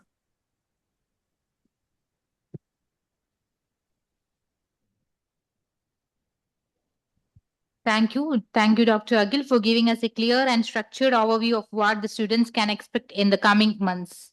And now we can move on to the orientation session. To ease our new batch into the academic environment of the institute and provide a deeper understanding of the program structure, we now move on to the orientation session. I now invite Srimati L. Anita Kumari ma'am to address our participants and to lead the session. Thank you. Thank you, Divya. Thank you, Vidya, for the nice introduction. Welcome everyone for this program. Welcome to Gulati Institute of Finance and Taxation and welcome to Postgraduate Diploma in Goods and Service Taxation. I think ഇപ്പോ നിങ്ങൾക്ക് കോഴ്സിനെ കുറിച്ച് ഏകദേശം ഒരു ധാരണ കിട്ടിയെന്ന് ഞാൻ വിചാരിക്കുന്നു. ശരിക്കും ഗുലാത്തി ഇൻസ്റ്റിറ്റ്യൂട്ടിനെ സംബന്ധിച്ച് പറയുകയാണെങ്കിൽ ഏകദേശം ഒരു 32 to 33 ഇയേഴ്സിന്റെ ഒരു എക്സ്പീരിയൻസ് ഞങ്ങൾക്കുണ്ട്. അതായത് ഈ കോഴ്സ് നടത്തിയപ്പോ ആക്ച്വലി പറയുകയാണെങ്കിൽ തന്നെ സൂചിപ്പിച്ചതാണ്, നമ്മൾ സെയിൽസ് ടാക്സ് മുതൽ വാല്യൂ ആഡഡ് ടാക്സ് മുതൽ GST എന്നുള്ള ആ ഒരു ടാക്സ് റിഫോംസിന്റെ ഒരു ഫേസിൽ നിൽക്കുകയാണ്. അപ്പോൾ ഈ 3 ഘട്ടങ്ങളിലും നമ്മൾ ഈ കോഴ്സിനെ റിവൈസ് ചെയ്ത് നിങ്ങളുടെ മുന്നിൽ അവതരിപ്പിച്ചിരിക്കുകയാണ്. അപ്പം നിങ്ങൾക്ക് മുമ്പേ പല ബാച്ചുകളും ഇത് പഠിച്ചു കഴിഞ്ഞതാണ്. അപ്പൊ നേരത്തെ തന്നെ സൂചിപ്പിച്ചു, ഞങ്ങളിൽ നിന്ന് പഠിച്ച് പാസ്സായവരിൽ മെജോറിറ്റി എന്നല്ല, ഇപ്പോ പലരും നമുക്കൊരു ക്യാമ്പസ് സെലക്ഷന് വേണ്ടിയിട്ട് പല കുട്ടികളെ ആവശ്യപ്പെടുമ്പോഴും നമുക്ക് കൊടുക്കാനായിട്ട് സ്റ്റുഡൻസ് ഇല്ല. കാരണം എല്ലാവരും പ്ലേസ്ഡ് ആണ്. ഈ ഒരു കോഴ്സിന്റെ ഒരു പ്രത്യേകത എന്ന് പറയുന്നത് ഇതൊരു എന്താ പറയണ്ടത്, സെൽഫ് എംപ്ലോയിഡ് പ്രോഗ്രാം ആയിട്ടാണ് ഇത് 93-ൽ തുടങ്ങിയത്. അന്ന് മുതൽ തന്നെ അത് സെയിൽസ് ടാക്സിന്റെ പീരീഡിലായിരുന്നു. അത് കഴിഞ്ഞ് നമ്മൾ വാല്യൂ ആഡഡ് ടാക്സ് 2004 വന്നപ്പം അതിനെ റീവാംപ് ചെയ്ത് അതിന് സൂട്ടബിൾ ആയിട്ട് നമ്മൾ സിലബസ് ഒക്കെ പരിഷ്കരിച്ച് കോഴ്സ് തുടങ്ങി. പിന്നെ GST വന്നപ്പോഴും നമ്മൾ അതിനനുസരിച്ച് ട്യൂൺ ചെയ്തു. ഇപ്പം അഖിൽ നേരത്തെ സംസാരിച്ചതിന്റെ വെളിച്ചത്തിൽ ഇതൊരു തിയറിയും പ്രാക്ടീസും കൂടെ ബ്ലെൻഡ് ചെയ്തിട്ടുള്ള ഒരു പ്രോഗ്രാമാണ്. അതിനകത്ത് വേറൊരു പ്രത്യേകത എന്ന് പറയുന്നത്, നമ്മൾ ഏത് കോഴ്സിന് പോയാലും ഇതിന്റെ combination is very very important. ഇപ്പൊ ഈ ഒരു കോഴ്സിനകത്ത് നിങ്ങൾക്ക് എക്കണോമിക്സിന്റെ പല കാര്യങ്ങൾ, എക്കണോമിക്സ് ഓഫ് ടാക്സേഷൻ, എങ്ങനെയായിരിക്കണം ടാക്സേഷൻ, കാരണം നമ്മളൊരു ടാക്സ് ഇംപ്ലിമെന്റേഷൻ എടുത്തു കഴിഞ്ഞാൽ അതിനൊരു നിയമം വേണം. അപ്പൊ ലോ നിങ്ങൾ വളരെ ഡീറ്റെയിൽ ആയിട്ട് 3 പേപ്പറിൽ ലോ പഠിക്കുന്നു. അത് കഴിഞ്ഞിട്ട് ഇതിന്റെ 4th പേപ്പറിൽ ജനറൽ ലോസ് ഓഫ് ടാക്സേഷൻ ഒരു പാർട്ടുണ്ട്. അപ്പൊ അതിന്റെ ഇന്റർപ്രിട്ടേഷൻ എങ്ങനെ, ലോ എങ്ങനെ നമുക്ക് ഇന്റർപ്രിറ്റ് ചെയ്യണം. പിന്നെ ഇക്കണോമിക്സ് ഓഫ് ടാക്സേഷനിൽ തന്നെ ഈ ടാക്സിന്റെ central government, state government tax structure എങ്ങനെയാണ്, പ്രിൻസിപ്പിൾസ് ഓഫ് ടാക്സേഷൻ എങ്ങനെയാണ്, ഡയറക്റ്റ് ഇൻഡയറക്റ്റ് ടാക്സ് എങ്ങനെയാണ് ഇത് ചെയ്തിരിക്കുന്നത്, അതിന്റെ റിഫോംസ് എങ്ങനെയാണ്, അതുപോലെ തന്നെ GST തന്നെ അതിന്റെ റേറ്റ് റിവിഷനും HSN കോഡും ഇങ്ങനെയുള്ള കാര്യങ്ങളൊക്കെ എങ്ങനെയാണ് പോയിരിക്കുന്നത്, ബഡ്ജറ്റ് എങ്ങനെയാണ്, സെൻട്രൽ സ്റ്റേറ്റ് ഫിനാൻഷ്യൽ റിലേഷൻസ് എങ്ങനെയാണ്. അപ്പൊ ഈ ഒക്കെ കാര്യങ്ങള് ഒരു കാരണം പോളിസി മേക്കേഴ്സ് കൂടുതലും എക്കോണമിസ്റ്റുകളാണ്, അതേസമയം ലോ മേക്കേഴ്സ് വേണം നമുക്കിത് കൃത്യമായിട്ട് ലാ ഉണ്ടാക്കുന്നതിന്. അതുപോലെ തന്നെ അക്കൗണ്ടിങ്ങും മാനേജ്മെന്റും എന്ന് പറയുന്നതാണ് ഇതിന്റെ ഇംപ്ലിമെന്റേഷൻ സൈഡിൽ. അപ്പൊ ഈ 3 കാറ്റഗറിയും കൂടെ ബ്ലെൻഡ് ചെയ്തിട്ടാണ് ഈ കോഴ്സ് തുടക്കത്തിലെ വിഭാവന ചെയ്തിരിക്കുന്നത്. അതിന്റെ ഒരു ബെനിഫിറ്റ്സ് നിങ്ങൾക്ക് ഈ ഒരു കോഴ്സ് പഠിച്ചു കഴിയുമ്പോൾ കിട്ടും. അപ്പോ ഞാൻ ഇതില് പറയുന്നത് വെച്ചാല് ഈ ഇന്ന് വന്നിരിക്കുന്നതില് ഒരു ഹെട്രോജിനിയസ് ഗ്രൂപ്പ് ആണെന്ന് എനിക്കറിയാം. അതിൽ പല വിഭാഗം ആൾക്കാരുണ്ട്. ഇപ്പൊ നേരത്തെ ജെന്നി പറഞ്ഞതുപോലെ തന്നെ പിന്നെ എന്താ പറയണ്ട, അഡ്വക്കേറ്റ്സ് ഉണ്ട്, അല്ലെങ്കിൽ പ്രാക്ടീഷണേഴ്സ് ഉണ്ട്, അല്ലെങ്കിൽ ബാങ്ക് റിട്ടയർഡ് എംപ്ലോയീസ് ഉണ്ട്, സ്റ്റുഡൻസ് ഉണ്ട്, അങ്ങനെ കുടുംബശ്രീ വർക്കേഴ്സ് ഉണ്ട്, കുടുംബശ്രീയുടെ കോർഡിനേറ്റേഴ്സ് ഉണ്ട്, അങ്ങനെ പല തരത്തിലുള്ള ബ്ലെൻഡ് ആണ് ഇതിനകത്തുള്ളത്. തീർച്ചയായിട്ടും നിങ്ങൾ പല ഏജ് ഗ്രൂപ്പിലുള്ള ഹെട്രോജിനിയസ് ഗ്രൂപ്പാണ്. പക്ഷെ ഇതിനെയൊക്കെ ഞങ്ങൾ അഡ്രസ് ചെയ്യുന്നത് വളരെ നിങ്ങൾക്ക് അതിന്റെ ബേസിക് മുതൽ അതിന്റെ ഒരു ഹയർ ലെവൽ എത്തി അതിൽ നിന്ന് നിങ്ങൾക്ക് അതിന്റെ പ്രാക്ടിക്കൽ എക്സ്പീരിയൻസും കൂടി തന്നാണ് ഈ കോഴ്സ് ഞങ്ങൾ ചെയ്യുന്നത്. അപ്പൊ ഈ കോഴ്സിന് ചേർന്നിട്ടുള്ളവർക്കെല്ലാം തന്നെ ഇപ്പൊ ഈ സിമുലേറ്റഡ് പ്ലാറ്റ്ഫോം കണ്ടപ്പോൾ നിങ്ങൾ വിചാരിക്കും ഇത് ഞങ്ങൾക്ക് ചെയ്യാൻ പറ്റുമോ?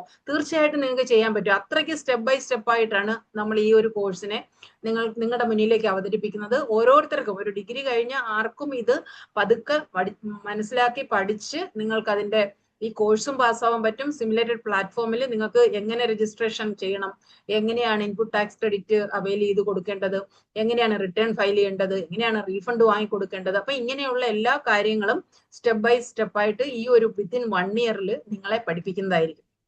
അപ്പോൾ ശരിക്കും നിങ്ങൾ ചെയ്യേണ്ടതെന്ന് പറഞ്ഞാല് ഈ കഴിവതും നിങ്ങൾ എല്ലാ പിന്നെ നമ്മുടെ കോണ്ടാക്ട് ക്ലാസ് ഡേയ്സിലും അറ്റൻഡ് ചെയ്യുക. അതായത് സാറ്റർഡേ സൺഡേസിലാണ് കോണ്ടാക്ട് ക്ലാസ് അറേഞ്ച് ചെയ്തിരിക്കുന്നത്. അപ്പൊ എല്ലാ സാറ്റർഡേ സൺഡേസും കയറുക.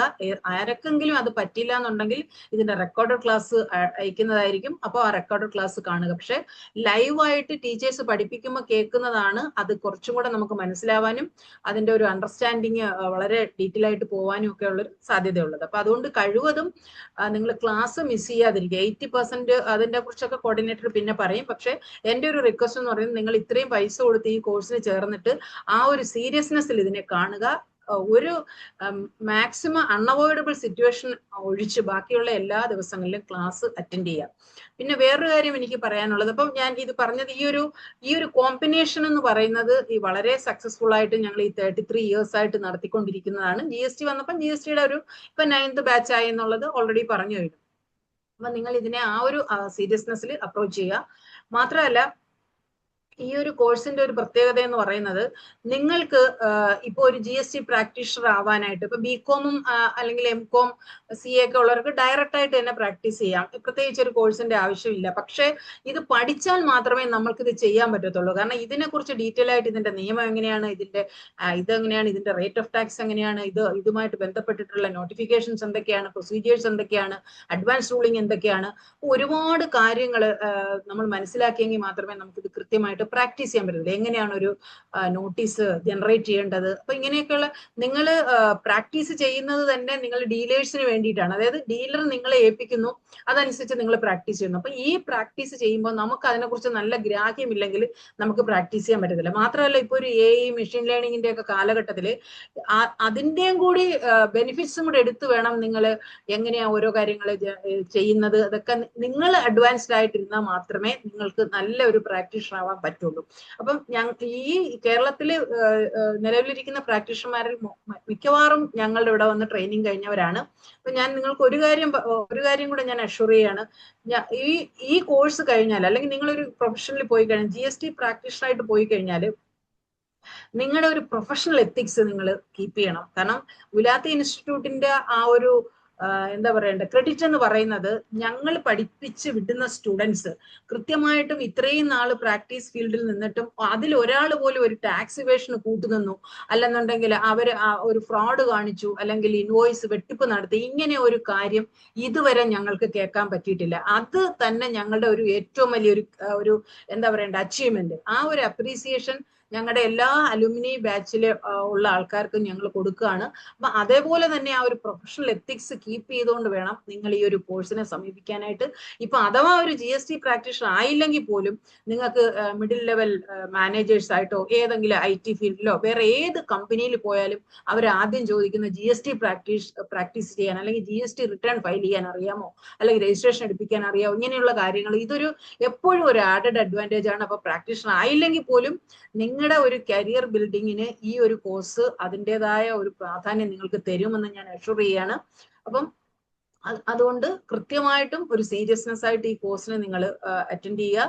പിന്നെ മാത്രമല്ല ഈ ഒരു കോഴ്സ് കഴിഞ്ഞിട്ട് ഇപ്പോ ഞങ്ങളുടെ അടുത്ത് തന്നെ പല ആൾക്കാരും ചോദിക്കുന്നുണ്ട്, കുറച്ചൊരു 5 പേരെ തരുമോ ഞങ്ങൾക്ക് റിട്ടേൺ ഫയൽ ചെയ്യാനോ അല്ലെങ്കിൽ പുതിയൊരു ബിസിനസ് തുടങ്ങുന്നു അതിൽ ഫോളോ ചെയ്യാനോ. പക്ഷെ സത്യം പറഞ്ഞു കഴിഞ്ഞാല് ഞങ്ങൾക്ക് കൊടുക്കാൻ പറ്റുന്നില്ല. അപ്പൊ അതാണ് ഇതിന്റെ ഒരു അവസ്ഥ.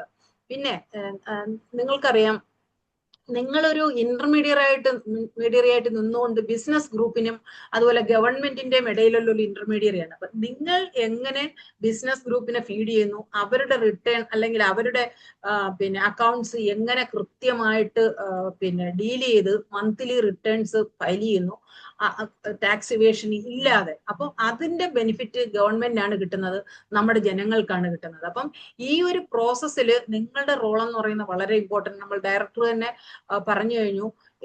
ശരിക്കും പറഞ്ഞാൽ ധാരാളം പ്രാക്ടീഷണേഴ്സിന് നമുക്ക് ആവശ്യമുണ്ട്, ഈ കേരളത്തിലാണെങ്കിലും ശരി മറ്റ് സംസ്ഥാനങ്ങളിലാണെങ്കിലും ശരി. അപ്പം ഈ അത്രയും സീരിയസ് ആയിട്ട് ഈ ഒരു പ്രൊഫഷനെ അപ്രോച്ച് ചെയ്തു കഴിഞ്ഞാൽ നിങ്ങൾ ഈ ഒരു ഇന്റർമീഡിയറി ലെവൽ എന്ന് പറയുന്ന ആ ഒരു റോൾ എന്ന് പറയുന്നത് വളരെ ഇമ്പോർട്ടന്റ് ആണ്. അതിന് ഞാൻ വേറൊരു കാര്യം കൂടെ പറയാം.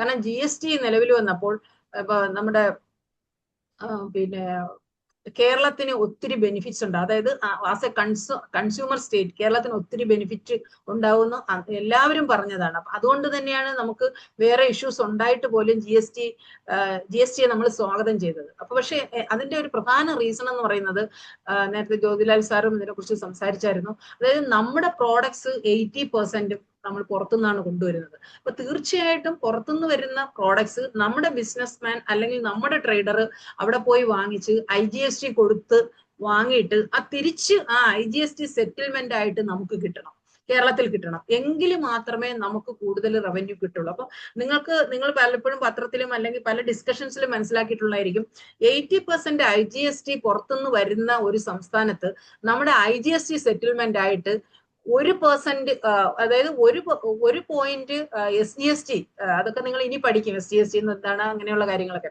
SGST കിട്ടുമ്പോൾ IGST സെറ്റിൽമെന്റ് ആയിട്ട് നമുക്ക് 1.2 മാത്രമേ കിട്ടുന്നുള്ളൂ. എന്ന് പറഞ്ഞാൽ അത്രയും നമുക്ക് കിട്ടിയാൽ പോരാ. 80% പ്രോഡക്ട്സ് പുറത്തുനിന്ന് വരുന്നതുകൊണ്ട് നമ്മുടെ IGST സെറ്റിൽമെന്റിന്റെ കോൺട്രിബ്യൂഷൻ കൂടുതലായിരിക്കണം. അപ്പൊ നിങ്ങളൊരു പ്രാക്ടീഷണർ ആവുമ്പോൾ നിങ്ങൾക്ക് നോക്കാൻ പറ്റും എന്തുകൊണ്ടാണ്, what are the reasons for the law performance. അല്ലെങ്കിൽ നമ്മൾ മറ്റുള്ള സംസ്ഥാനങ്ങളുമായിട്ട് കൺസിഡർ ചെയ്യുമ്പോൾ കേരളത്തിന്റെ പെർഫോമൻസ് കുറവായിട്ടാണ് കാണുന്നത് GST കളക്ഷന്റെ. അപ്പൊ അത്രയും പോരാ. നമ്മുടെ ഈ ഒരു കൺസംഷൻ ബേസ്ഡ് ആയിട്ടുള്ള സ്റ്റേറ്റിൽ നമുക്ക് ഇതിനേക്കാൾ കൂടുതൽ റവന്യൂ കിട്ടേണ്ടതാണ്. അപ്പൊ അതെന്തുകൊണ്ട് വരുന്നില്ല, അതൊക്കെ നിങ്ങളുടെ ആ ഒരു പ്രാക്ടീസ് ചെയ്യുമ്പോൾ നിങ്ങൾക്ക് മനസ്സിലാക്കാൻ പറ്റും. കാരണം ഇതൊരു നേരത്തെ ജെന്നി മാം പറഞ്ഞതുപോലെ more than 50% of the on tax revenue എന്ന് പറയുന്നത് നമുക്ക് വരുന്നത് GST എന്നാണ്. അപ്പൊ അതിന്റെ ഒരു 1% ഇൻക്രീസ് ആയാൽ പോലും that is A major factor for the on revenue of the state. അപ്പൊ ഇങ്ങനെയുള്ള കാര്യങ്ങളൊക്കെ നമുക്ക് ഇതിനകത്തുകൂടി പഠിക്കാൻ പറ്റും. അപ്പൊ ഒരുപാട് കാര്യം, അതായത് ലോയും ഇക്കണോമിക്സും കൊമേഴ്സും നമുക്ക് നന്നായിട്ട് അണ്ടർസ്റ്റാൻഡ് ചെയ്യാൻ പറ്റും.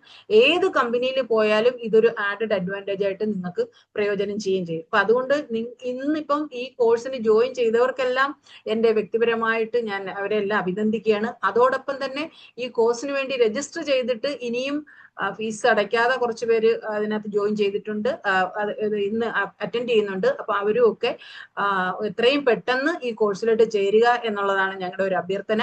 അപ്പൊ ശരിക്കും പറഞ്ഞാല് നിങ്ങൾ ഇപ്പം അഖില് നേരത്തെ കാണിച്ചപ്പം എനർജി വിദ്യയുടെ പ്ലാറ്റ്ഫോമിൽ പെട്ടെന്ന് ഇത്രയും കാര്യങ്ങളൊക്കെ നിങ്ങൾക്ക് പഠിക്കാൻ പറ്റുമെന്നൊക്കെ ഒരു തോന്നലുണ്ടാവും. പക്ഷെ അങ്ങനെ ഒന്നുമല്ല.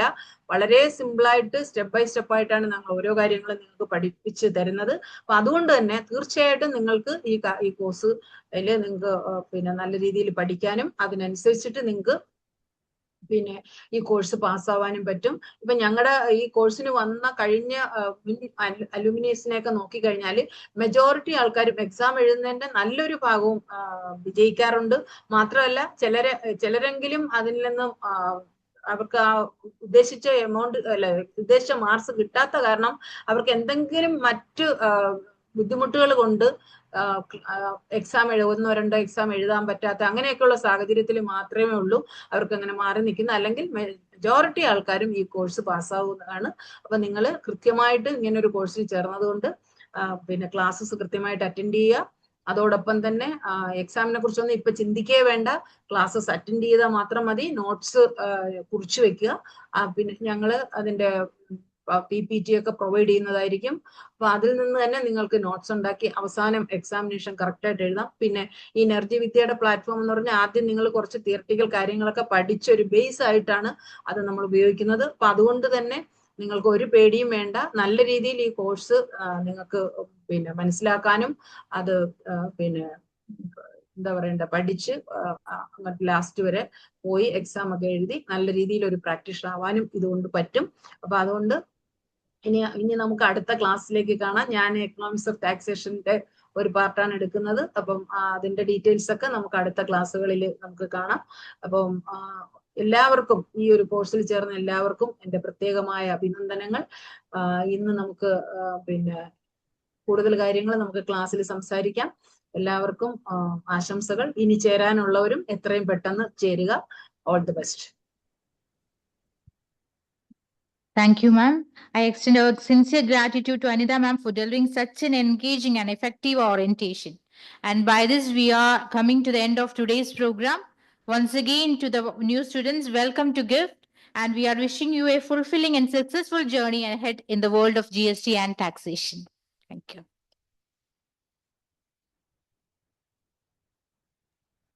Thank you all.